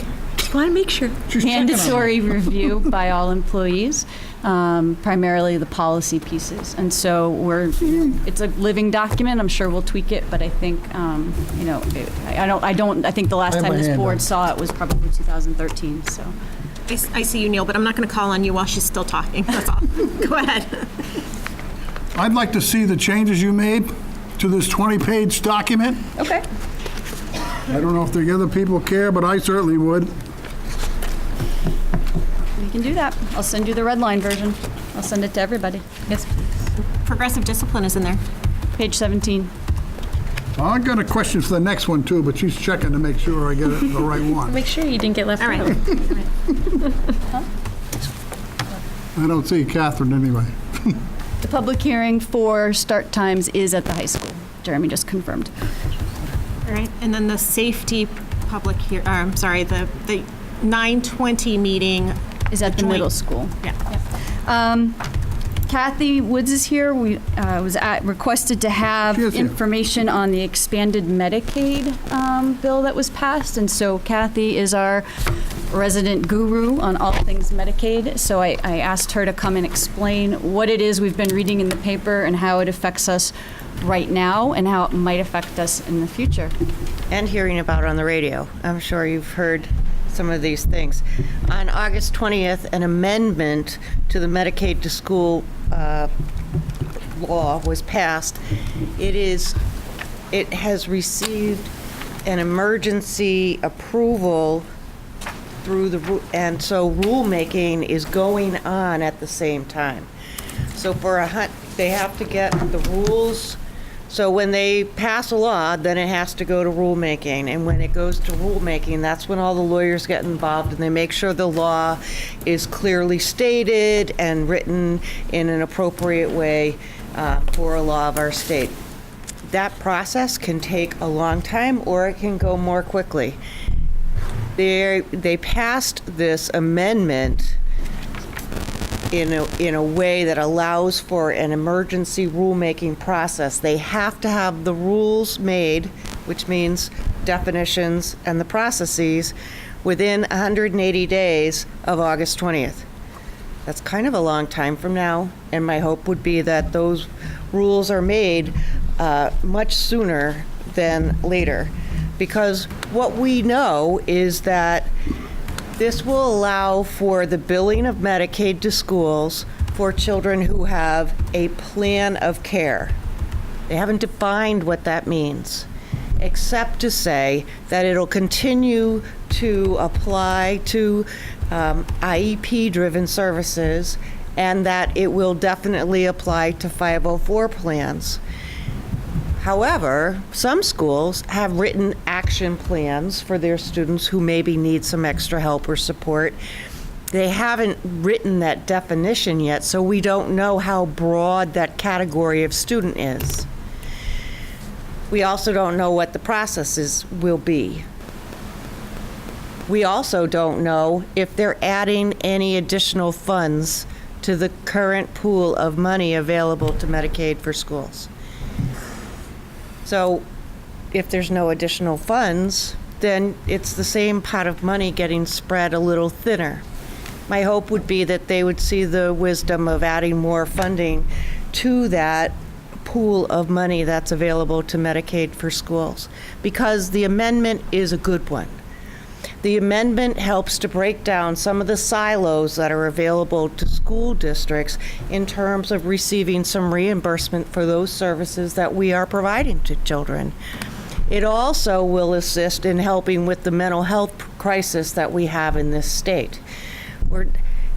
Just because you have depression doesn't necessarily mean that you qualify for a 504 plan or an IEP. So then that would mean there's no reimbursement available for that child? That doesn't make any sense. They also were looking at this as a method of helping children to deal with any impacts from the opioid crisis that they may be experiencing within their homes. So the intent is very good in terms of, providing some ways for school districts to continue to support all students who need support and also provide a method for them to receive some reimbursement. There are still some things left to come, the process, the definitions, and whether or not there'll be additional funds. We know that in our school district, we will utilize the same reimbursement processes that we do now, which we have a person who, part of their position is to coordinate the Medicaid billing that we do, and we would still be able to use that same method of Medicaid billing. It would just be for additional students. So for us, it would not create a burden in terms of the billing. My fear is that it's giving false hope about how much money school districts may receive in reimbursement. And we just don't know yet. So it's expected that by the end of September, we will know more about this. Does anyone have questions? I have several. Okay, Nick first and then Neil. It sounds like they're coming up with all these great ideas in order to expand services, but if they don't put funding against it, it's really just a bunch of people with dreams sitting in a room with no teeth, or not teeth, but nothing to actually drive it forward and actually make anything happen from it. It's very well intended, and it certainly is addressing a need, but there are some unanswered questions. Neil? So this is a state or federal document, not yours, right? This is not my document. This is, Okay, this that's is why the it's a state of New lower Hampshire. requirement. Okay. Yes. Oh, that's good. No, Yeah. you don't overstate the requirement. Please. Yeah. Just quickly, kind of a quick primer on on how Medicaid works. Medicaid's a block grant from the federal government, and so the state gets a chunk of money for Medicaid, and each state decides how much of that pool of money to allocate to certain programs. So Medicaid to schools, hospitals, whatever the different buckets are. And so Kathy's concern is two things. Will we see more federal money to bulk up the state's Medicaid block grant to fund this program? Or will we be taking money from other Medicaid programs? So again, well-intended, but depending on where that money comes from, it could also exacerbate the problem. And at this point, the prediction of increased funds for Medicaid from the federal government is not looking very good. However, if they can find a way at the state level to reduce the cost of administration, for instance, that could mean a cost savings at the state level, and so they could apply more of those funds for student reimbursement. 2 years. District reimbursement. 2 years ago, in the very early stages of Trump's budget, the Medicaid block grants they were predicted to take some very serious reductions, and the lobbyists did a great job of ensuring that didn't happen. So we were fortunate that we didn't see an impact in our Medicaid to schools at that time. Right, but they didn't. They're also Didn't increase it either. Right, they're not increasing to match the increased services that are. Right. So the amendment took place on 8/20. Does that mean that after rulemaking takes place, we can backdate our billing to 8/20? I think that's yet to come. I don't know the answer to that. I don't know, Sherry, if you've heard anything about I backdating. have not heard that answered positively, but it's a possibility in the rules process they could authorize that.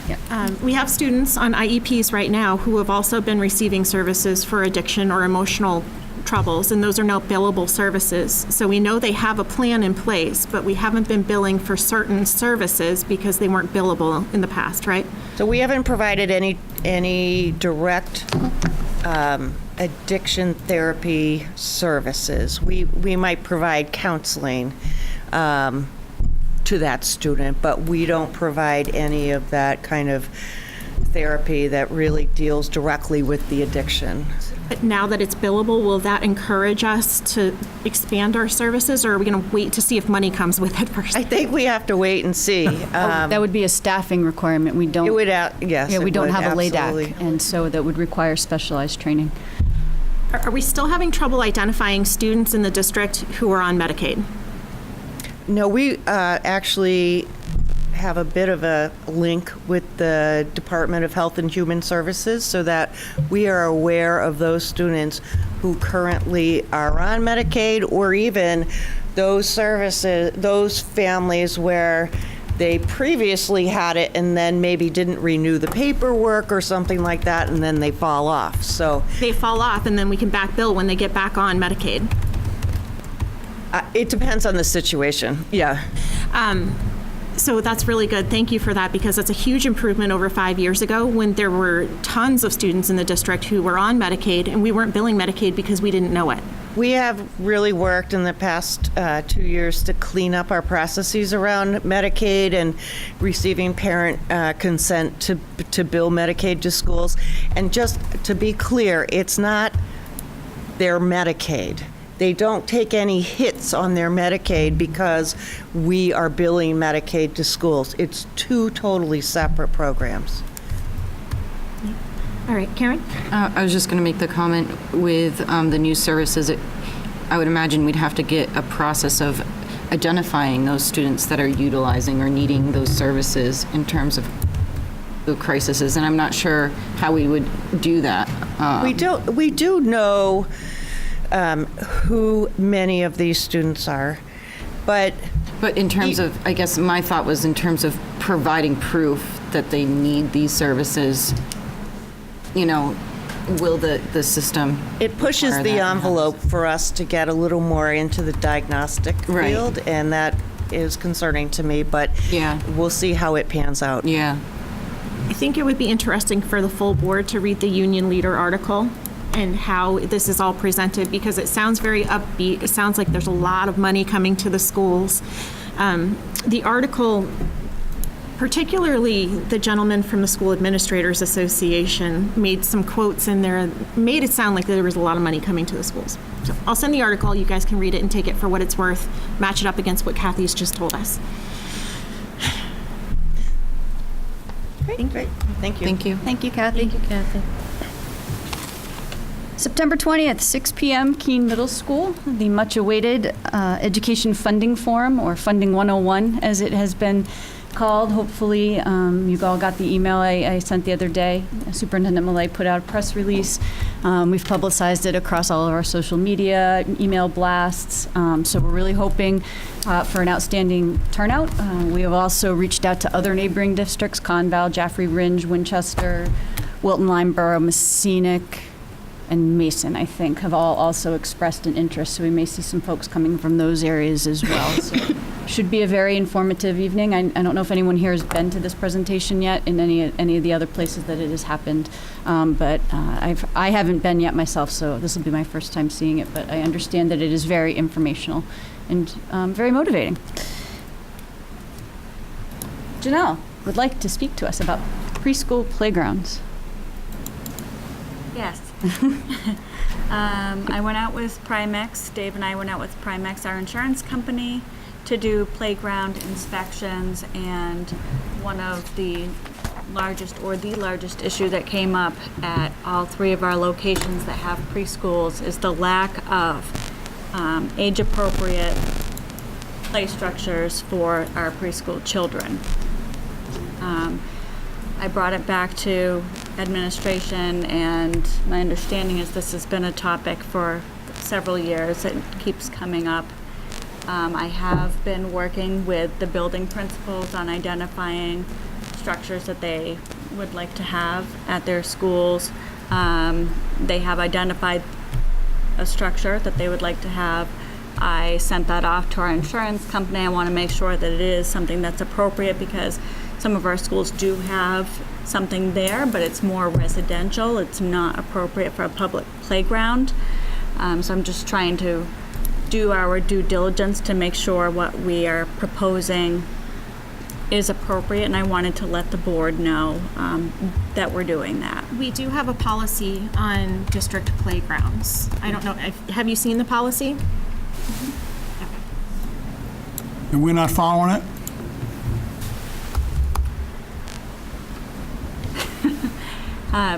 We're working on following We're working on following it. It's all your fault, Janelle.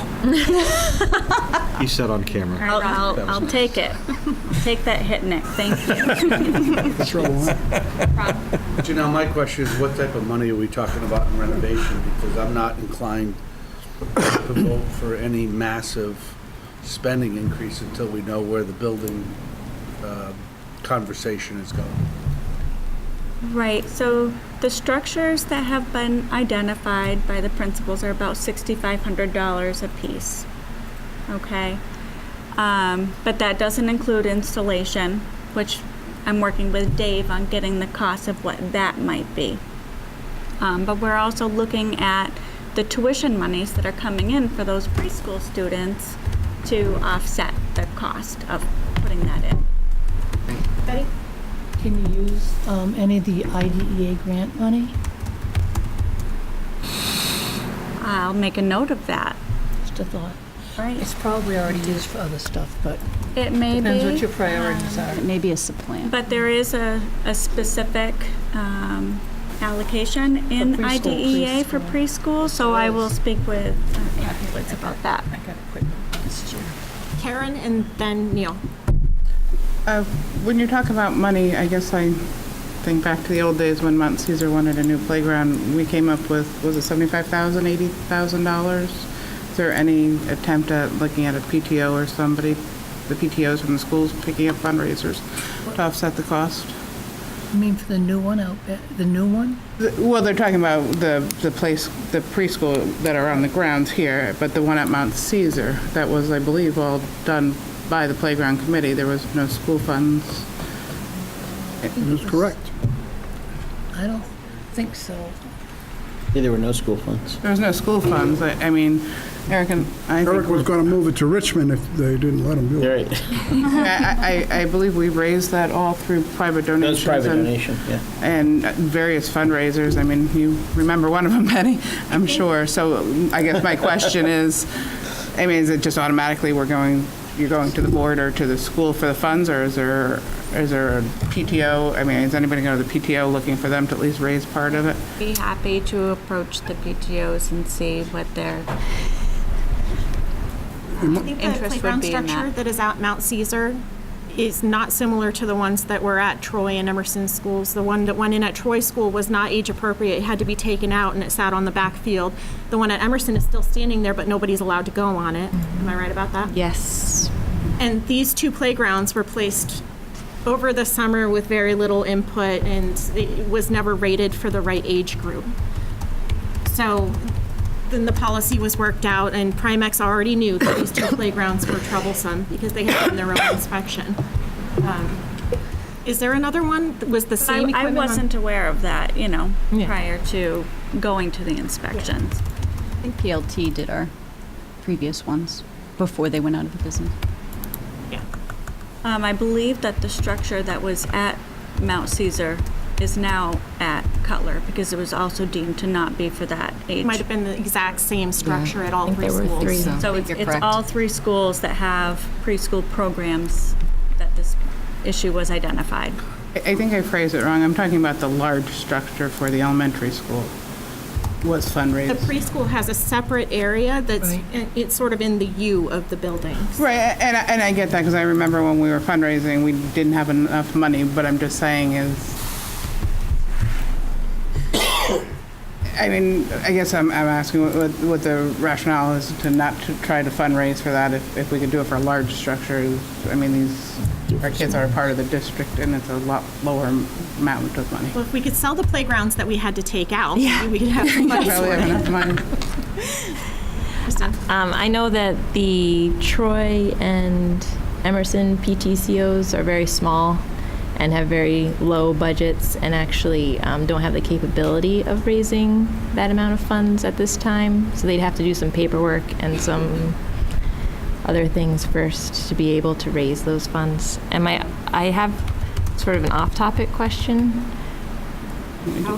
Ask the question and I'll let you know if we have to circle back to it. Just over the summer, looking at the different playgrounds at the different schools, it seems like Emerson's playground is much below a couple of the other ones that I've visited. So I don't know when those are looked at to being updated or how the funds are, because I noticed Troy has a very nice newer looking structure. I don't know if that was through the school system or school district funded or the PTO or something like that. Can we ask Dave about that? We'll make sure that you get an answer. Thank you. So I can ask my question now? You can. Thank you. When you said 5,500, is that total, or you mean 5,500 times 4? I said 6,500 would be times 3. Times 6,500 times 3? Yes. And what's the town paying for these preschool places? If we didn't have, what's that preschool thing that we pay extra for every year, if we weren't in that business, it would be all up to the towns to handle that, wouldn't it? Because we wouldn't have any kids in the school that are under kindergarten. We are required by law to provide education, children 3 years old to 5 years old. What, could you read me the RSA or send me the RSA? It's a special education. Yeah, it's, yeah. School fund. What is it called now? It's not the rules for No, education. I'll take the RSA, thank you. It's- Just the it's- RSA, I don't care It's about your words. It's federal law, not RSA. Individuals with Disabilities Education Act. I'll take the federal law that you send me. IDEA, okay. Are all three programs completely full? I'm not I know sure it's if- rotating depending Yeah, on age. they fill up as the year goes on, as children age in. Right. So I'm not sure if they're at capacity yet. Any idea over there? No, not yet. Close. It's early. It's still Right. September. Right. There are a lot of them, though. All right. Any other questions? Good, thank you. Educational report. All right, I'm going to take a couple of these, and then Jeremy will also jump in. I included in your packet, if I can find the right tabby online, the class sizes in the elementary school as of the date on that particular piece of paper, which was, I believe, August 28th. So the color coding is if the square is highlighted in yellow, that class size exceeds our recommended guidelines in our policy. The number in parentheses is by how many. If there is a square that is in green, that class exceeds New Hampshire Department of Education guidelines. We do not have any classes exceeding New Hampshire guidelines at this point in time, and we do have some exceeding the district guidelines. And I included the policy in your packets for reference as well.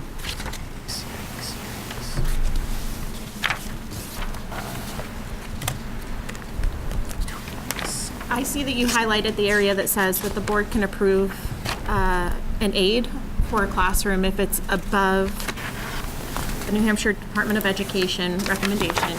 Right. But you've said, again, that we don't have any classes that are above the New Hampshire DOE. Currently, we do not. Do we have the right to approve a classroom aid for any of those that are in yellow? It's not stipulated in policy, but I would imagine a 2/3 vote of the board could override that policy. Betty? Well, our district policy does have different guidelines, less than the state. K2, 19 students, and 3 through 5, 24 students. Yep. And so if we went by board policy rather than Right. state policy. The district policy does state that if the class size exceeds NHDOE recommendations, not the district guidelines. It's in the paragraph below the second sentence of the second to last paragraph. Great. Karen?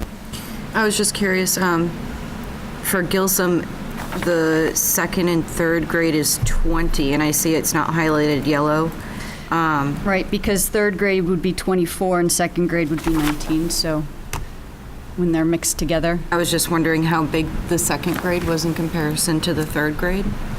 I do not have that number in front of me. I'm just thinking with a dual classroom as is, that's borderline also. Absolutely. No, I agree with you, yeah. I don't have the split in front of me. It probably should be in yellow also.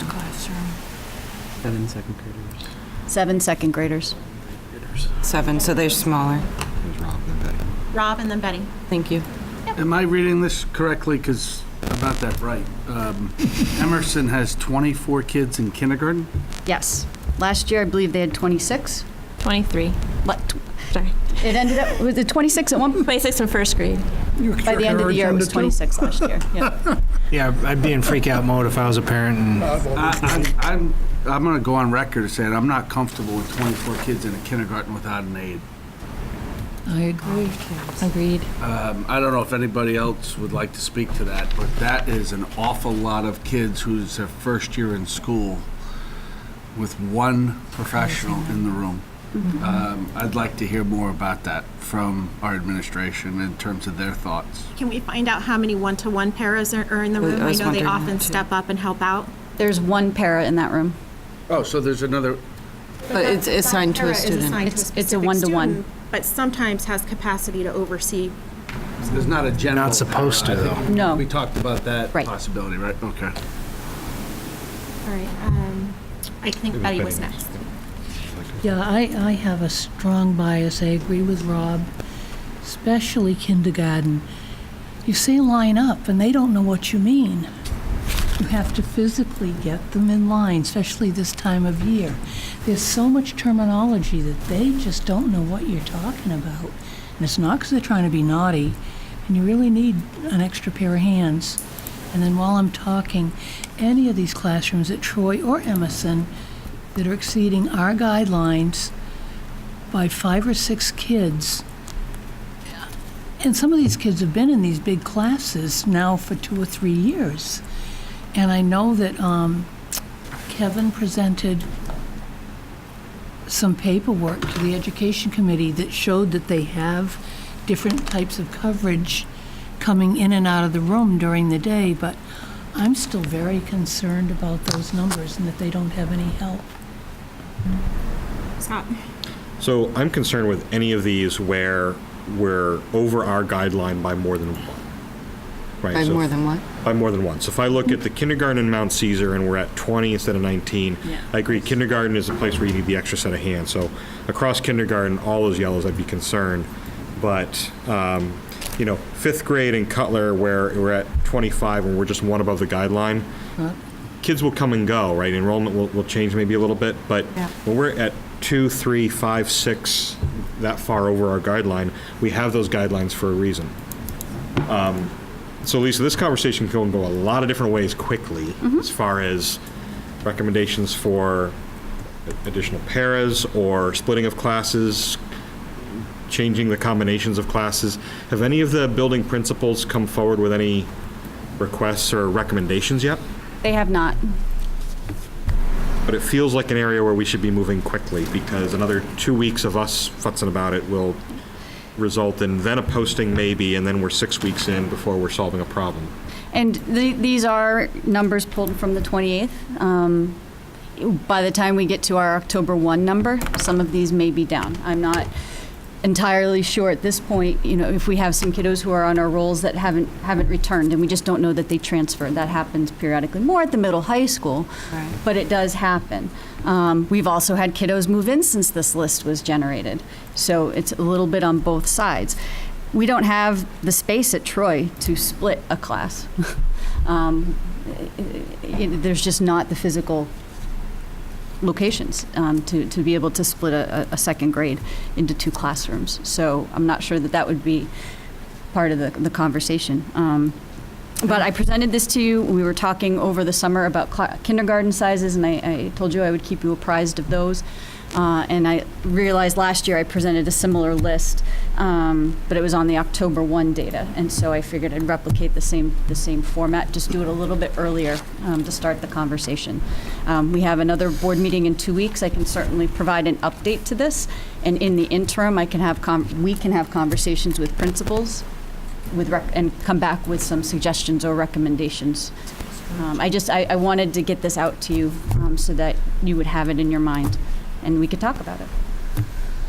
Because I know this and I want you to be aware, there is 1 kindergartner, 1 second grader, and 1 5th grader moving into Troy School in 2 weeks. I saw that on Facebook. I know we've had a shortage or a difficult time getting paras in general, so if we were to even say to get a para, like, how many open positions do we currently have that aren't filled? We still have positions to fill, I believe, that for existing kiddos. And that, again, I've had this year at least 3 turn down the position because of the entry level of pay. At least 3. It may have been more like 5.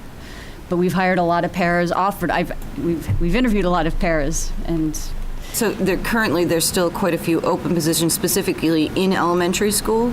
I think they're mostly. Want me to answer that for you? Over the last 2 weeks, you've had 1 request for 1 para full-time. Because I hear it all the time, so I go to school state, I check it myself every week. So you had 1 of 15 paras open. We still had a couple 15 open recs, and 1 of them was a para. We keep the posting we have up. A lot of times, if we know we've got another opening, we don't repost. We just go to the. Then you don't have any open then. It says open to be filled, until filled. That's right, and we still have Whenever the number doesn't go up, I'll keep checking it, and I'll report it. If you want me to report it for you, I will. Thank you, Neil. So is it like 1 posting for several positions? Well, we keep saying that there's all paras open, and there's never para requested. There's 1. I think I'm ready for that. Okay, I'm going to let Rob speak. In full disclosure, I do have a conflict of interest in regards to the following comments. But I would, and I remove myself from the actual discussion, other than to say I strongly recommend that this board take into consideration the pay of paraprofessionals, as they have a very important place in our district and our staff. We got a contract. Right. Excuse me, I'm speaking. Yeah, you're speaking illegally. Excuse me. You're speaking illegally. Please let him finish. He cannot speak to this article at all. He has disclosed his conflict of interest. He can't just say that.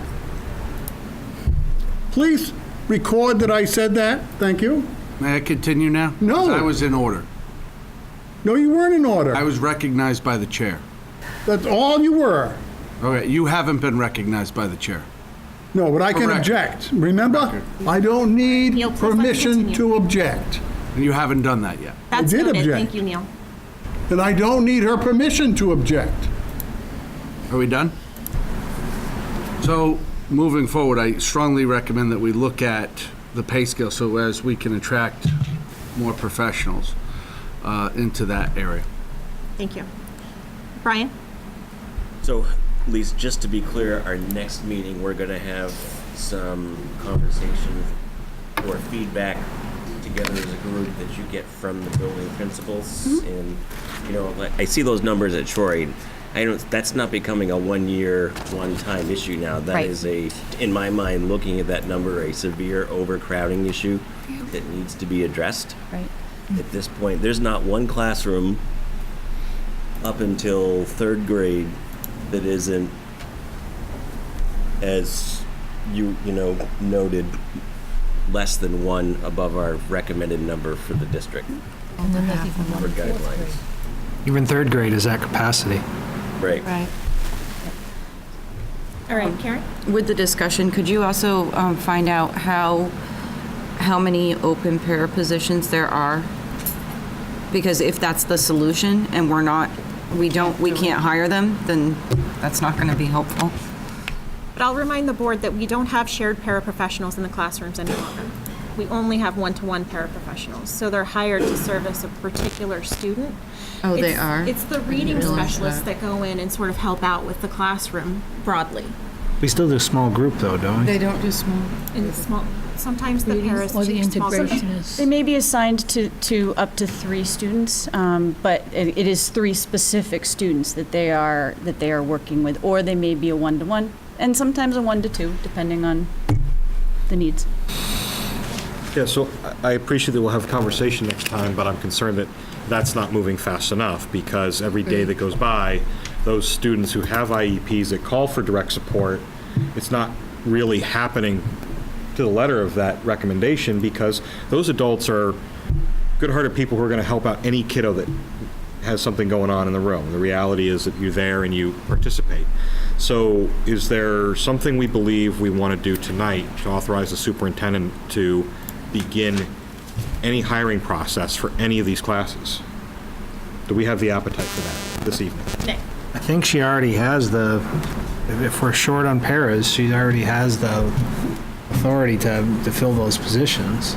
Are you talking about creating new positions for? Yes, because when we go above our guideline, we don't have something in our policy that explicitly states when it's above our guideline but still below the New Hampshire DOE threshold that we can add just a shared in the room second set of hands. I think that's something that administration needs to bring to us. We don't, that's something that they need to provide us that we would approve, that it's not within our scope to. That's my question for debate is, do we need her to do that, or like other hiring decisions, do we trust her to run the ship and identify the specific needs by classroom? Do we authorize her to hire in this scenario? Sherry? So a question that I have is that as we're trying to fill paraprofessional positions, being a shared aid for a special education student or a one-on-one aid for a special education student is a very different role than being a general classroom aid. Right. And I don't know if that will change our ability to hire if it is for a classroom support person as opposed to a special education support person. Right.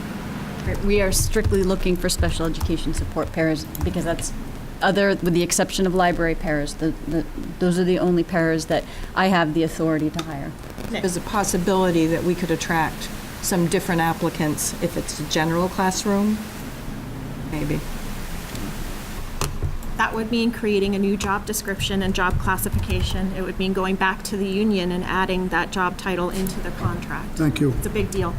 Nick? I was just going to say there's a lot more involved than just us making a decision tonight, not only with approaching the union about those sorts of things, but also how is it funded? You know, do we have the budget to accommodate those new positions? So that, I don't want to do anything. I would be ticked off if I was a parent in Emerson with classes that size, in Troy too. But as board members, I don't want to just react tonight. I want administration to do that work and bring those things to us so that it's not rushed and done in an inappropriate way. Karen? Yeah, I agree with Nick and Cheryl. I think it looks like we're not needing a special education para, we're needing a general para. And I know that's a big job, but if we have open para positions right now that aren't being filled, I don't see us making a motion tonight having any benefit if we're not filling the empty spots that we currently have, and we're not filling the need that we have, which is a general position, not a one-on-one or small group. Nick? I guess if we were to say anything, it would be perhaps as a board to express our concern about this to administration, perhaps even in the form of a motion to come up with options for a way in which we could address these problems. Agreed. I'll second that. I will let Troy or Emerson, a representative from Troy or Emerson, craft that, and I will vote for it. Karen? Let's have a question. So you're talking about right now one-on-one para special education, which seems to be in my opinion, a harder job, someone with more specialized skills. Then you're talking about if we just do a general para, it would create, I believe you said it, a new job description, a whole new, but do you think that would be an easier position to fill and you're more likely at the pay rate because it's, not to say it's not stressful, but. I would say it's not the description of the jobs or job that is turning people away. It is strictly the pay rate. So I think whether it is as a one-on-one, a shared special education para, or a regular education classroom para, the responsibilities are not what folks are stating is their reason for not accepting a position. It seems to be strictly pay. Any other discussion? Is there anyone who wants to formulate a motion to address the class sizes that are exceptionally large?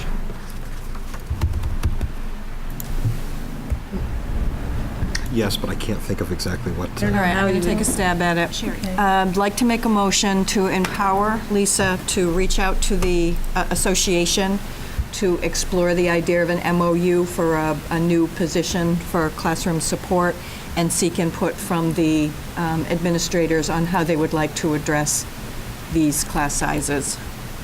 Second. All right. Is there any discussion? Karen? So with that motion, does that mean we would have to wait until the contract's formulated and the public body votes on it, or how would that work? We could enter into an MOU, memorandum of understanding, or a sidebar agreement. Okay. Where we currently have library paraprofessionals that are technically regular ed, I don't know that it would be necessary to add a job class to the existing contract, but we would certainly need to approach to let them know, for example, what the parameters would be. These would be 1 year. They're all 1 year positions anyway, but to be explicitly clear that this is to mitigate a particular situation that currently exists, those types of things. Okay, thank you. And Sherry, was it your intent for all of the classes in yellow to be included in this motion, or only those that are 2+ or 3+ over? At this point, I'd like to leave it open to those class sizes, but if people feel strongly that it should just be certain classes, I could live with that. Patty? Yeah, I was going to suggest a friendly amendment that this motion would involve grades K through 2. What was that motion, Betty? That this motion would involve grades K through 2. I'll accept that as a friendly. Okay. Karen? No, I was going to actually make it a similar. And who was the second on that? Rob. You On accept the that also? second on the. Rob was the second on the original motion. He accepts the friendly, so we're good. Okay. I was going to make a similar amendment, or suggestion. And I would leave it up to administration. For example, if they feel Mount Caesar with only being 1 over, or Emerson on first grade only being 2 over, and that, they feel that classes, I would hope that they would be able to advise us on that. Can we hear that motion read back again, please? Do you have that? Not really. I have half of it. I tried to hurry it. To empower L. Witt to reach out to the association regarding an MOU. And I've got to seek support from the administration on how to address class size grades K through 2. So the MOU would be for a potential additional job description, position description? If necessary. If necessary. So I think we might be okay, but it's good to have it just in case. So I have MOU or sidebar agreement for additional classroom support. Yeah, Wayne with his hand up too. Winston? Which union are we talking about? Massa. They don't have a contract. They had something in They existence. have the old ones in place. Yep. So we open up the old contract to negotiate it, and then we gotta bring it back forward again into the next contract that we're working on. Yes. Seems a little bit out of place. Better check that one out with your I'm not lawyer. gonna vote for this motion. I think the administration can handle this direct. They did before, and they came in with some very good ideas. I don't think they need a directive to lower that when they are already aware of this. You can ask them to speed it up, but if you go to the union and you ask them to negotiate it, it's gonna take some time to meet. If you're hiring new people, doesn't that take background checks, which takes some time? And I think that they can solve this immediately, because I think they got the idea. Okay, Betty and then Neil. Betty's up. Okay, You can go first, I don't You care. can go first, Neil. thank you. Let's try to learn some of the rules, huh? They can have a memorandum of understanding attached to that contract, and that would be a legitimate win. Betty? I would just hope everyone would keep in mind that when a teacher has a really big class and they're in the lower grades buttoning buttons, tying shoes, it's taking away from teaching time. It is. Kids asking to go to the bathroom all of the time. So not to distract from the motion, but do you have any sense of a shorter-term plan, like for the next 4 to 6 weeks while we're navigating through this? Is there anything? Yeah, I mean, we're covering, as we shared with Betty, Education Committee, with our different support staff that we have in building, our different teachers that we have in building. Reading specialists certainly can help with reading groups. They're not necessarily, I just don't want anyone to get the wrong impression of a reading specialist. They're not a general classroom aid of any kind. They are a specialized teacher. But they are helping with reading groups so that reading groups aren't so large. We have interventionists in the building that are helping with reading groups and math groups as well. Title I has been, so I'm the Title I director as well. We're using our Title I to really focus on our primary grades in the schools that have Title I in the primary grades to look at that. So we're using the people that we have to mitigate the large size as much as possible for the actual curriculum and learning, not the day-to-day routines. That's where it gets a lot harder, like what Betty's talking about when you have 25 kids trying to tie shoes. But the actual day-to-day core curriculum, we're able to use who we have. It's good for now, but it's not everything. Have you heard from any of the teachers of the specials? Mrs. Lord, for instance, saying, I've got 25 first graders running around. I can't keep my eye on all of them, and I'm back. We have not heard from them this year directly. Gym class. Anyone else? I have one. Brian. So, memory serves me. Cutler had a reading specialist move to Troy this year, correct? Yep. and then also one sent to Gilsum the year prior. That was just for 1 year. And it was from Mount Caesar. It was from Mount Caesar. So that one has moved back then? That one retired, I think. Yep. So we had 2 reading specialists at Cutler, 2 at Mount Caesar, and 3 between Emerson and Troy last year. When one of those teachers retired, this is what we did in the budget. We decided instead of having 3 reading specialists between those 2 schools, that we were out of compliance with the law for a library and media specialist in the elementary. So we took that position, and that became the elementary library media specialist who travels to all the schools. So Emerson has 1 reading specialist, Troy has 1, Cutler should have 2. It's an open position.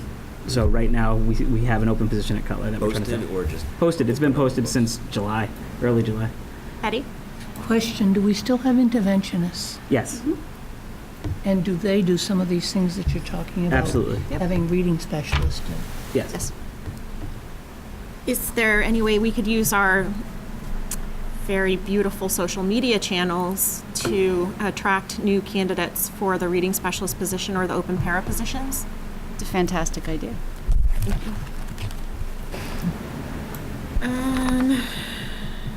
Is that all for class sizes? We have a motion on the table.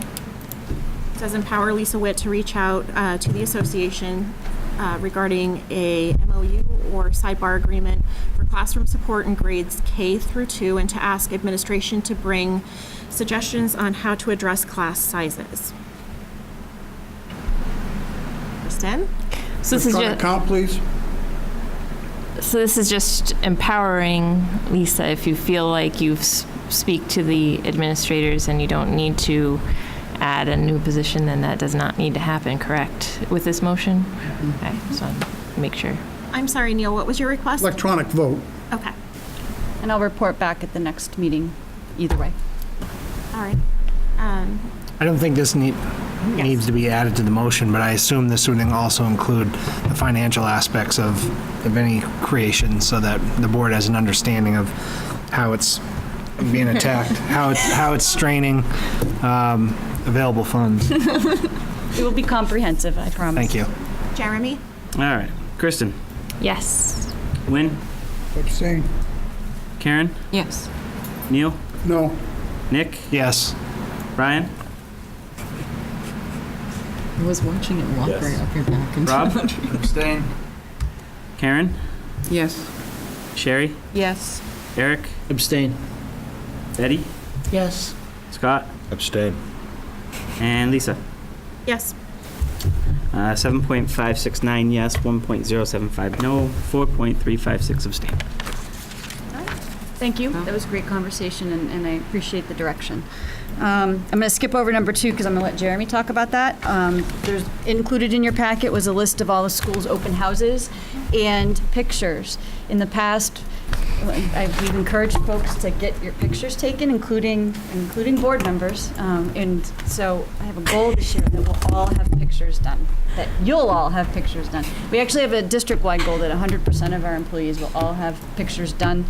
And we'll be able to populate our emails with the pictures so that people can put a name to a face. So pick a school, it can be your own. Already have a professional photo we want to submit? That's fine. Okay. Yeah, you get those taken for your work. If you would like to either attend the open house in any of the open houses, either in your town, or if you don't have a school in your town, you would like to attend an open house, please just reach out to the principal and let them know that you plan to attend. Same thing with pictures. If you plan to come get your picture taken at one of the schools, just give a call and just let them know that you're on your way to do that too, so that they know that you're coming and they can let you in. And I'm going to ask Jeremy to speak about hashtag Celebrate MRSD. All right. So, Lisa spent the last couple of years really pushing the Celebrate What's Right idea. And when we talked about that at the end of last year, we found out that 480-something people had been recognized for celebrating what's right. And we talked about it, we put it on the website, but it wasn't getting out to everybody. And, the idea was, how can we let everyone in our communities know all of the good things that happen here? Because there are so many good things we do. And I think about this when we sit in these meetings where, we talk a lot about sports, we talk a lot about theater, but we're not celebrating all of the things that happen. So we came up with this idea that we would start using our social media, because a lot of our parents are more active on social media than they are on websites at this point. And the website really isn't as good a vehicle to get information out. So we came up with this idea of celebrate what's right. We gave it the tagline, tell us what's worth celebrating. And we started pushing it out over the summer to staff just to get people interested. And we've gone kind of crazy on social media, just blasting every good thing that we can see to bring a face to our district and all the things that we're doing, and to hopefully entice community to be involved with us and what's happening, so that it's not just us with the kids, but the community can be more involved and connected. So the challenge is really simple: find good things at Monadnock, any of our schools and our community, and tag it with that hashtag Celebrate MRSD. And what that does is, on any social media platform, you can search that hashtag and it will bring up all of the great things happening at Monadnock at the same time. And it's just a way of getting recognition for all the good that we do. All of us do. Rob. A little bit off topic, but I'd at least like to get it on your radar. It's come to my understanding through people raising money at my house, or coming to my house to raise money, that the band has been recognized for some honor of some kind, and been forced to raise I have a fly that is all over me. Well, it was over Nick. Apparently, it likes you better. Forced to raise, not forced, but required to raise an additional amount of, a large amount of money. I don't know if tonight's the appropriate spot. I would like to recognize their accomplishments and their invite for whatever they're exactly doing, but also to discuss in detail at maybe a next board meetings, underwriting or possibly funding some of their trip. It is our intent to have that on the agenda for the next board meeting. Okay. I did post the newspaper article across our Facebook, and just will briefly mention that our band is traveling to the Outback Bowl, which is totally cool. So at the next board meeting, we'll have Rob Scrocky here, and he'll speak a little bit about that and all of those efforts as well. Relative to the Celebrate MRSD hashtag, there are some T-shirts at the back of the room. All employees got a swag bag to kick off the year, and we included a T-shirt for all of our staff members, and there's T-shirts there for you as well. If you need a different size, there's a variety of sizes. Pick one. If you need to swap it out, come see Lillian, and we can swap that out for you. This Friday is the very first staff appreciation home football game. Tom Cody solicited some sponsors in order to be able to offer not just free admission to all staff members in the district, but also a $5 voucher that they can use at the Husky House for that game. And so that was in the swag bag on opening day as well. So we're hoping that we have a lot of folks turn out and wearing their T-shirts at that game on Friday. Nice. So. My husband stole mine. I didn't tell him he could. He just had it on the next day. I think this is a great thing. I've had so many parents tell me how great this campaign is and how they love seeing everything going on at the school. So thank you. That's Got a lot of fun with it. It's been fun, and it's helped us. Help us celebrate it. Yeah. Our job's tough sometimes, where we hear a lot of the issues, and this allows us to really talk and laugh about all the great things that are happening. Reminds us to get out and see all the great things that are happening too. And we've been holding each other accountable for it, which is really good too. So, thank you. Can I also say that it has been so much fun just putting in the hashtag in Facebook and seeing everybody's first day of school photos pop up. The parents have been using the tag, and it's just so cool to scroll through. A lot of fun. Great. That's the education report. So that Now for the brings us- easy part. Yeah. SRO and SSO, we have some materials in our packet.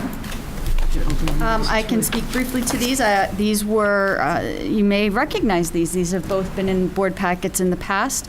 You have a one-pager that's two-sided, which was, I forget, I apologize, I don't have the date on this one, but this was when we we're looking at doing a part-time school resource officer with the full-time school security officer and what the job responsibility splits would look like. The other document was from 2015, very early on in 2015, which was just a tutorial on the difference between an SRO and an SSO, because we were just starting to, this was right before the discipline and student safety committee disbanded, I believe, or not disbanded, but decided that their work had been complete. So that was just informational on the differences between the two positions. And these were included in the packet by request, and so they're here for your discussion. One of the ones I was hoping to see, and I believe it's a public document because I think we discussed it in public session during the we had the safety committee. Yeah. And we had the chief from Swansea attend a meeting and propose some different options that he saw. I think one of them was, and they had costs that were with them, which is very valuable. I think there was a full-time SRO, a hybrid part-time SRO, part-time SSO. And then, of course, he didn't give us the option for just the SSO. I think that's something that the administration had provided. But that was very useful because it described the scope and all the costs and everything that was involved with having an SRO or having a part-time SRO, including some of the things like I remember people freaking out about the costs associated with it because you got to supply uniforms and all kinds of stuff like that. But that would be a very useful document to have for the board members to have, and I believe it's a public document. So I'll dig a little deeper. It didn't come up when I did the initial search, but Kinda now old, that it'd you be mentioned it, I outdated, but remember it, it's so there. I'll go back and take another look. yeah, I think it's like 3 years I made the old. pitch right here, so it's a public document. It was about 3 years old, I think. All right, I I'll think look it's for it. older than that. I think you got a new chief there, too. Right, so we're not making any motions right now. All right, any other discussion on this? The materials were in the packet for us to read and absorb so that we can have a more productive conversation in the future. I expect when we get to the setting next meeting's agenda, we may hear this show up again. Go ahead. SCU operations update? So this would be the update to the SAU manual, which I think you addressed previously. Right, yeah, the update to the manual, and I will forward the red line original. And just to let you know, as part of going into this year with some staff turnover, I know I talked about it to the board briefly. We took a couple of existing positions and aligned them still into 2 positions, but aligned the job responsibilities so that they were more cohesive. So one of those positions was the SAU office coordinator, which we have hired. And who's been on board now since August. And if you've been to the SAU office, her name is Michelle. She is part of her job responsibilities is as receptionist in the front office of the SAU. So I think in terms of streamlining and facilitating communication to the SAU and through the SAU, I think that has been a positive change. Hopefully, if you're calling the SAU, you're getting a live voice more often than not. And then the other position, Grant, is the federal funds bookkeeper. We have identified a candidate who will be coming on board September 10th. Monday.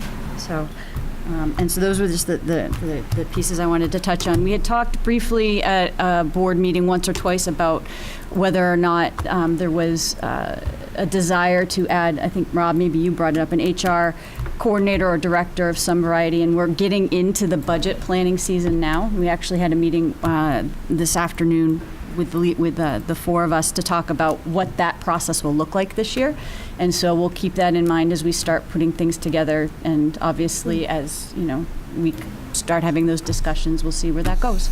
But I think that's all we had for SAU operations. Thank you very much. And I have no update on the teacher's insurance pool. Nothing has happened with the judge at this point. What does that mean? What is the status quo? It's been filed, both sides have filed for summary judgment. We're waiting for the judge to issue a ruling. That's where it has been. I didn't hear that status. Both sides filed for summary judgment, which means we're just waiting for the judge to issue a ruling, and he has not, or he or she has not done so at this time. When was the last time somebody talked to him? To the judge or to our attorney? I talked to him about this last month. Is there a time frame? He said it could typically take up to from 45 to 60 days, sometimes longer. But he has, as of the last we spoke, actually spoke today, not about this. There's been no. How many days in are we? Since they filed for summary judgment, I'm not sure, maybe 30-ish, Yeah. if that. No, If that.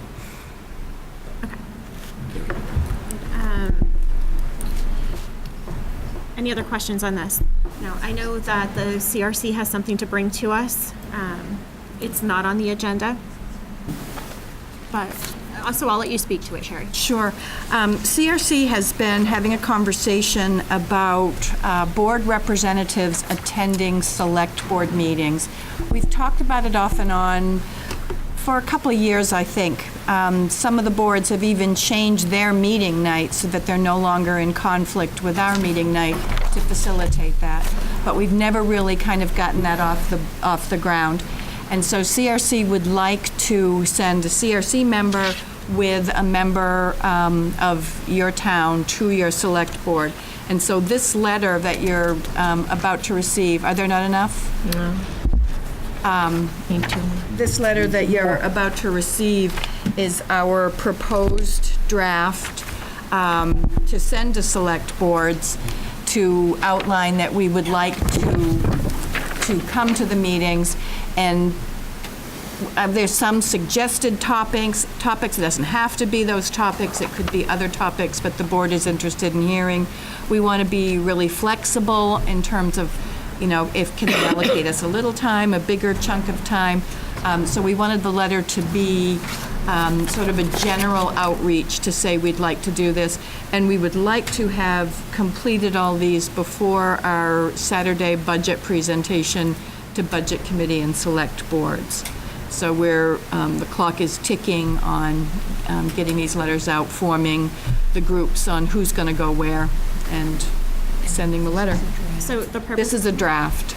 The purpose of handing the letter out tonight is to get a general consensus from the board that we're headed in the right direction, and to empower the CRC to make final edits to the letter and get it out to the selectmen. Nick? I guess I would just say, I would hope that all school board members speak with their selectmen, not as representatives of the school board, but as representatives from their town to the school board. So I meet with the selectmen from my town at least a few times a year. I don't approach it as, hey, I'm speaking for the school board. I approach it as I'm the representative from our town. These are some of the things I'm concerned about. And I would hope that all other members here do meet with their selectmen to discuss certain issues that come up. I had Neil first. Go ahead. Would somebody else go to Richmond, for example? Yeah, I'm making a point, I don't go to my selectmen's meetings. I do put an article to Rooster, but I don't go to the meetings. So do you want to go to Richmond and talk to them about this stuff? Sure. Is that what you're saying here? That a member of CRC would go to each select board, and if you wanted to come to Richmond as a Richmond person? I would probably go, but I'm looking for you to... Sure. All right. Karen? I was just going to mirror what Nick said. I have no problem with this, and I don't mind meeting with someone from CRC to do this. I feel a little awkward personally bringing this letter just because I know these people so well. And you're going to mail it to them, right? I go to this. Oh, okay, I was going to say to go walk in and hand this. It's like, no. I know these people very well, and I speak with them often, so we have a good relationship. And this would be personalized to, you know, the actual select board members. I've just put those names in as sort of placeholders so we don't lose track of anybody, any place.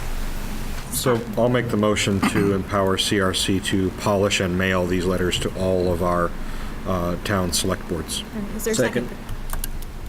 I'm sorry, was that you, Brian? Brian was the second. Any other discussion? All in favor? Aye. Opposed? Abstentions? An abstention. Nick was abstaining. That brings us to consent agenda. It's so hard to get a hold of myself. We don't have a website. Okay, again, I have two numbers. I'd like to make a motion to move the manifest for the 17-18 year in the amount of $16,773.67. Oh, you got it, didn't you? Oh, I thought Is there a second for that? Second. Ryan was the second. Any other discussion? we didn't do the minutes. We will do the minutes. Okay. All in favor? Aye. Opposed? Any abstentions? And speaking of the manifest, do you have it, Karen? No, I passed it that way. I have it. Okay. And then the second part of this is to move the manifest in the amount of $1,727,659.01 for the year 18-19. Second. The second was Winston. Yep. Any discussion? All in favor? Aye. Opposed? Abstentions? Good. Now we'll look at the August 14th public board minutes. And if anyone's ready to make a motion on that, we'll take the motion. I'd like to make a motion to pass them as written. Second. That was Betty and Brian. Any discussion? All in favor? Aye. Opposed? Abstentions? Abstain. That was Karen, Scott, and Eric. All right. And now we have the non-public minutes of August 18th, or I'm sorry, August 14th.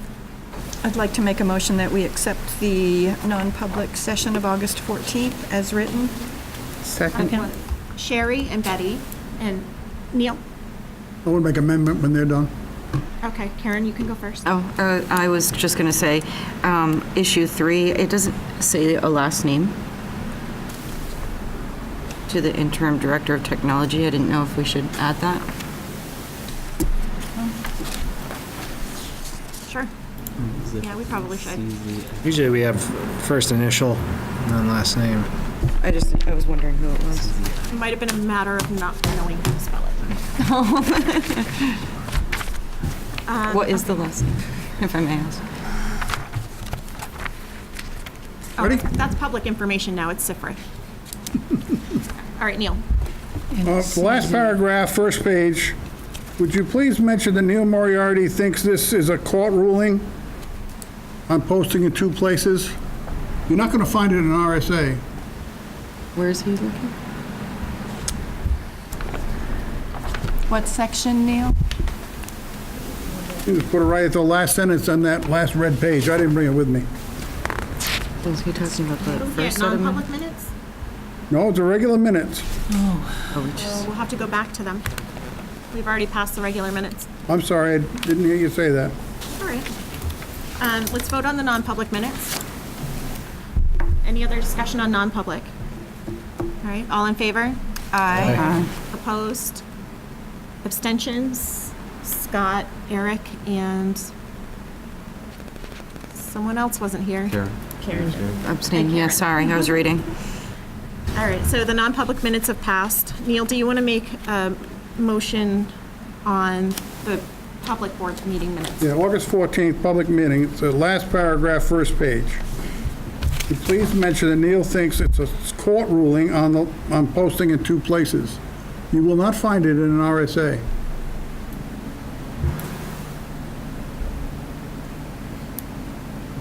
Any discussion on that?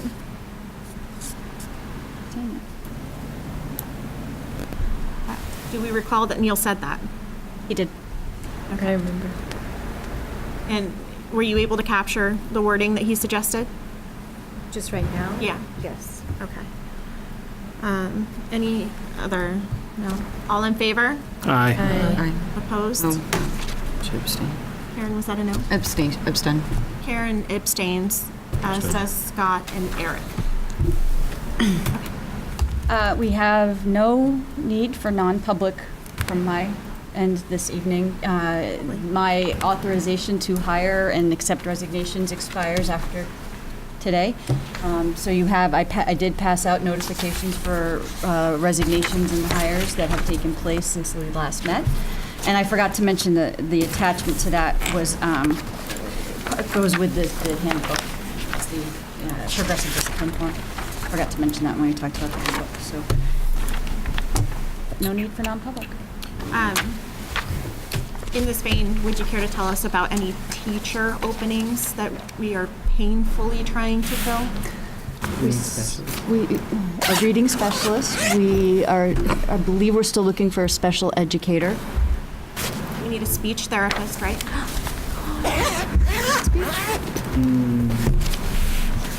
Kathy is gone. I'm not sure about specialists. I've only been paying attention to. We talked about this today at our meeting, teachers. but we've been really focused on the Math teachers. teacher? We have, no, we're set. We have someone in place right now who's hired as a long-term sub pending some certification pieces. Okay. But that will work out. So, just to get it out there, we said reading specialist we really need, right? And a Yes. special educator? And special educator. Those are the two we're sure. All right. Very good. Well, with that, I'll take a motion to adjourn. When are we going to do the? Non-public, I'm sorry, guys. Did anyone have anything to say? Yeah, we got to set agenda as well. Sorry about that, guys. Trying to get out of here. I see it. No, no. You kicked me when this went by, and I didn't get to do it, but I'll put it in next week's minute.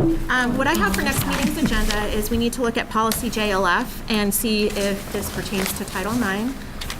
We need a high-level report on Troy facilities. We want to hear back about the soil test. We'll talk about school start time. We'll talk about the accomplishment that the band has made. We're going to do that as the ed report for the department overview. Okay. And we'll also discuss class size and paraprofessional openings. What else? Neil? Yeah, I must have missed it when you read it, so would you put SAU operations update on the next one, and I'll bring up my 2 items next week? or She next addressed month. your 2 items. I have 2 items that I wanted to bring up on SAU update, the thing that you and I discussed by email 50 times last month. Okay, she addressed. I never got to do my 2 things. And Nick? I would like to discuss ensuring that our teachers have the proper supplies. I have a little spy amongst the I guess the sheep, and I want to ensure that our teachers have all the things that they need for their classrooms, even basic things like Kleenex. That would be. I think that's an important topic. Okay. Neil? Put the insurance pool on the next meeting until it's resolved, please. All right.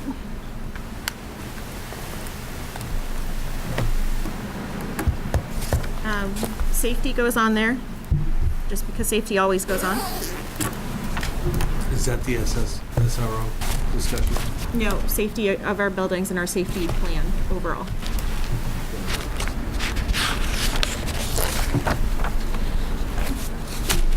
Are you carrying that item forward, though? The one that was... The SRO and SSO? Yes. Okay. As well. Brian?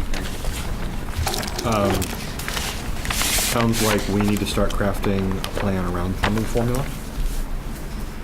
And then I was going to ask administration if they feel there's a sort of polite and maybe anonymous way, taking on the next thought. Can we find out how much our teachers are investing of their own money in school supplies? Is that sort of a common practice? Is there a nice way to ask that question? Yeah, I could do that.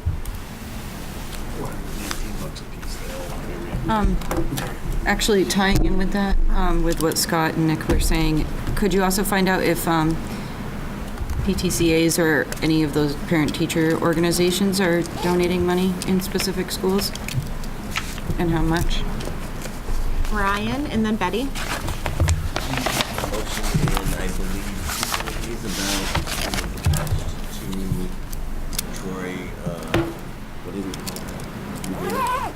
Foundation, structural review. can't hear what Brian's saying. We have a motion that I made on night that we split the committee into two different committees, and I think it ended up in two committees. And potential additions to Mount Caesar. I think Attached to this, our Troy conversation, so we're going to have an in-depth conversation. Can we get an update on who has talked about it?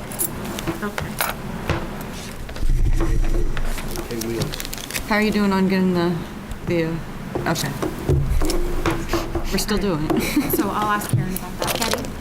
Related to Nick's request, I know I spoke to Lisa about this. The supplies that incoming 7th graders are expected to supply, I think is pretty extensive, and I'm concerned about kids that we're sending backpacks of food with. Are they going to be able to bring these supplies? I just know in the elementary schools, we put out a wish list, and that's what it is. But 7th grade had 2 distinct lists that were a strong expectation. And I worry about the kids that don't even have food. Okay. That's legit. So we'll make that a topic for next meeting's agenda. Maybe we can ask for the supply list that is sent home to the students. Yep. And there were perhaps we 2 could of ask them. what the teachers are asking parents for on day 1 and 2. I know at kindergarten orientation, you pick up a star that says Clorox wipes and go home and buy it and bring it back. About Emerson. Not for next meeting, but for a future, maybe education report. I'm connected externally to a friend who has a student in the Keene school systems who's moving up from elementary to the middle school, and was telling me about all the different things that the administration and teachers and specialists from the middle school were doing at the tail end of the 5th, 6th grade year to come down to the elementary school, understand the nature of the IEP, understand what they have to prepare for in the coming year. And I would love to hear some detail around what we do from our middle school going down to the elementary schools as we're preparing them for 7th grade, so that when they come in that first year, are they receiving the same services? Does the IEP stand? How do we move staff around in one-on-ones? Do they graduate up with the student? You know, what's our approach to all that? Okay. It's a good topic. Not for the next, though? No, not the next, just a future education report. That'd be great. Yeah, I'll do it. All right. Anything else? I think that'll do it. It's a really long agenda. Now I need to ask for public comments. Again, do you guys have any public comments? No? All right. Public. Anything else we need to cover? I'm going to ask for a motion to adjourn again. So moved. Second. And the second was Karen. All in favor? Aye. Opposed? Abstentions? Very good, guys. Okay.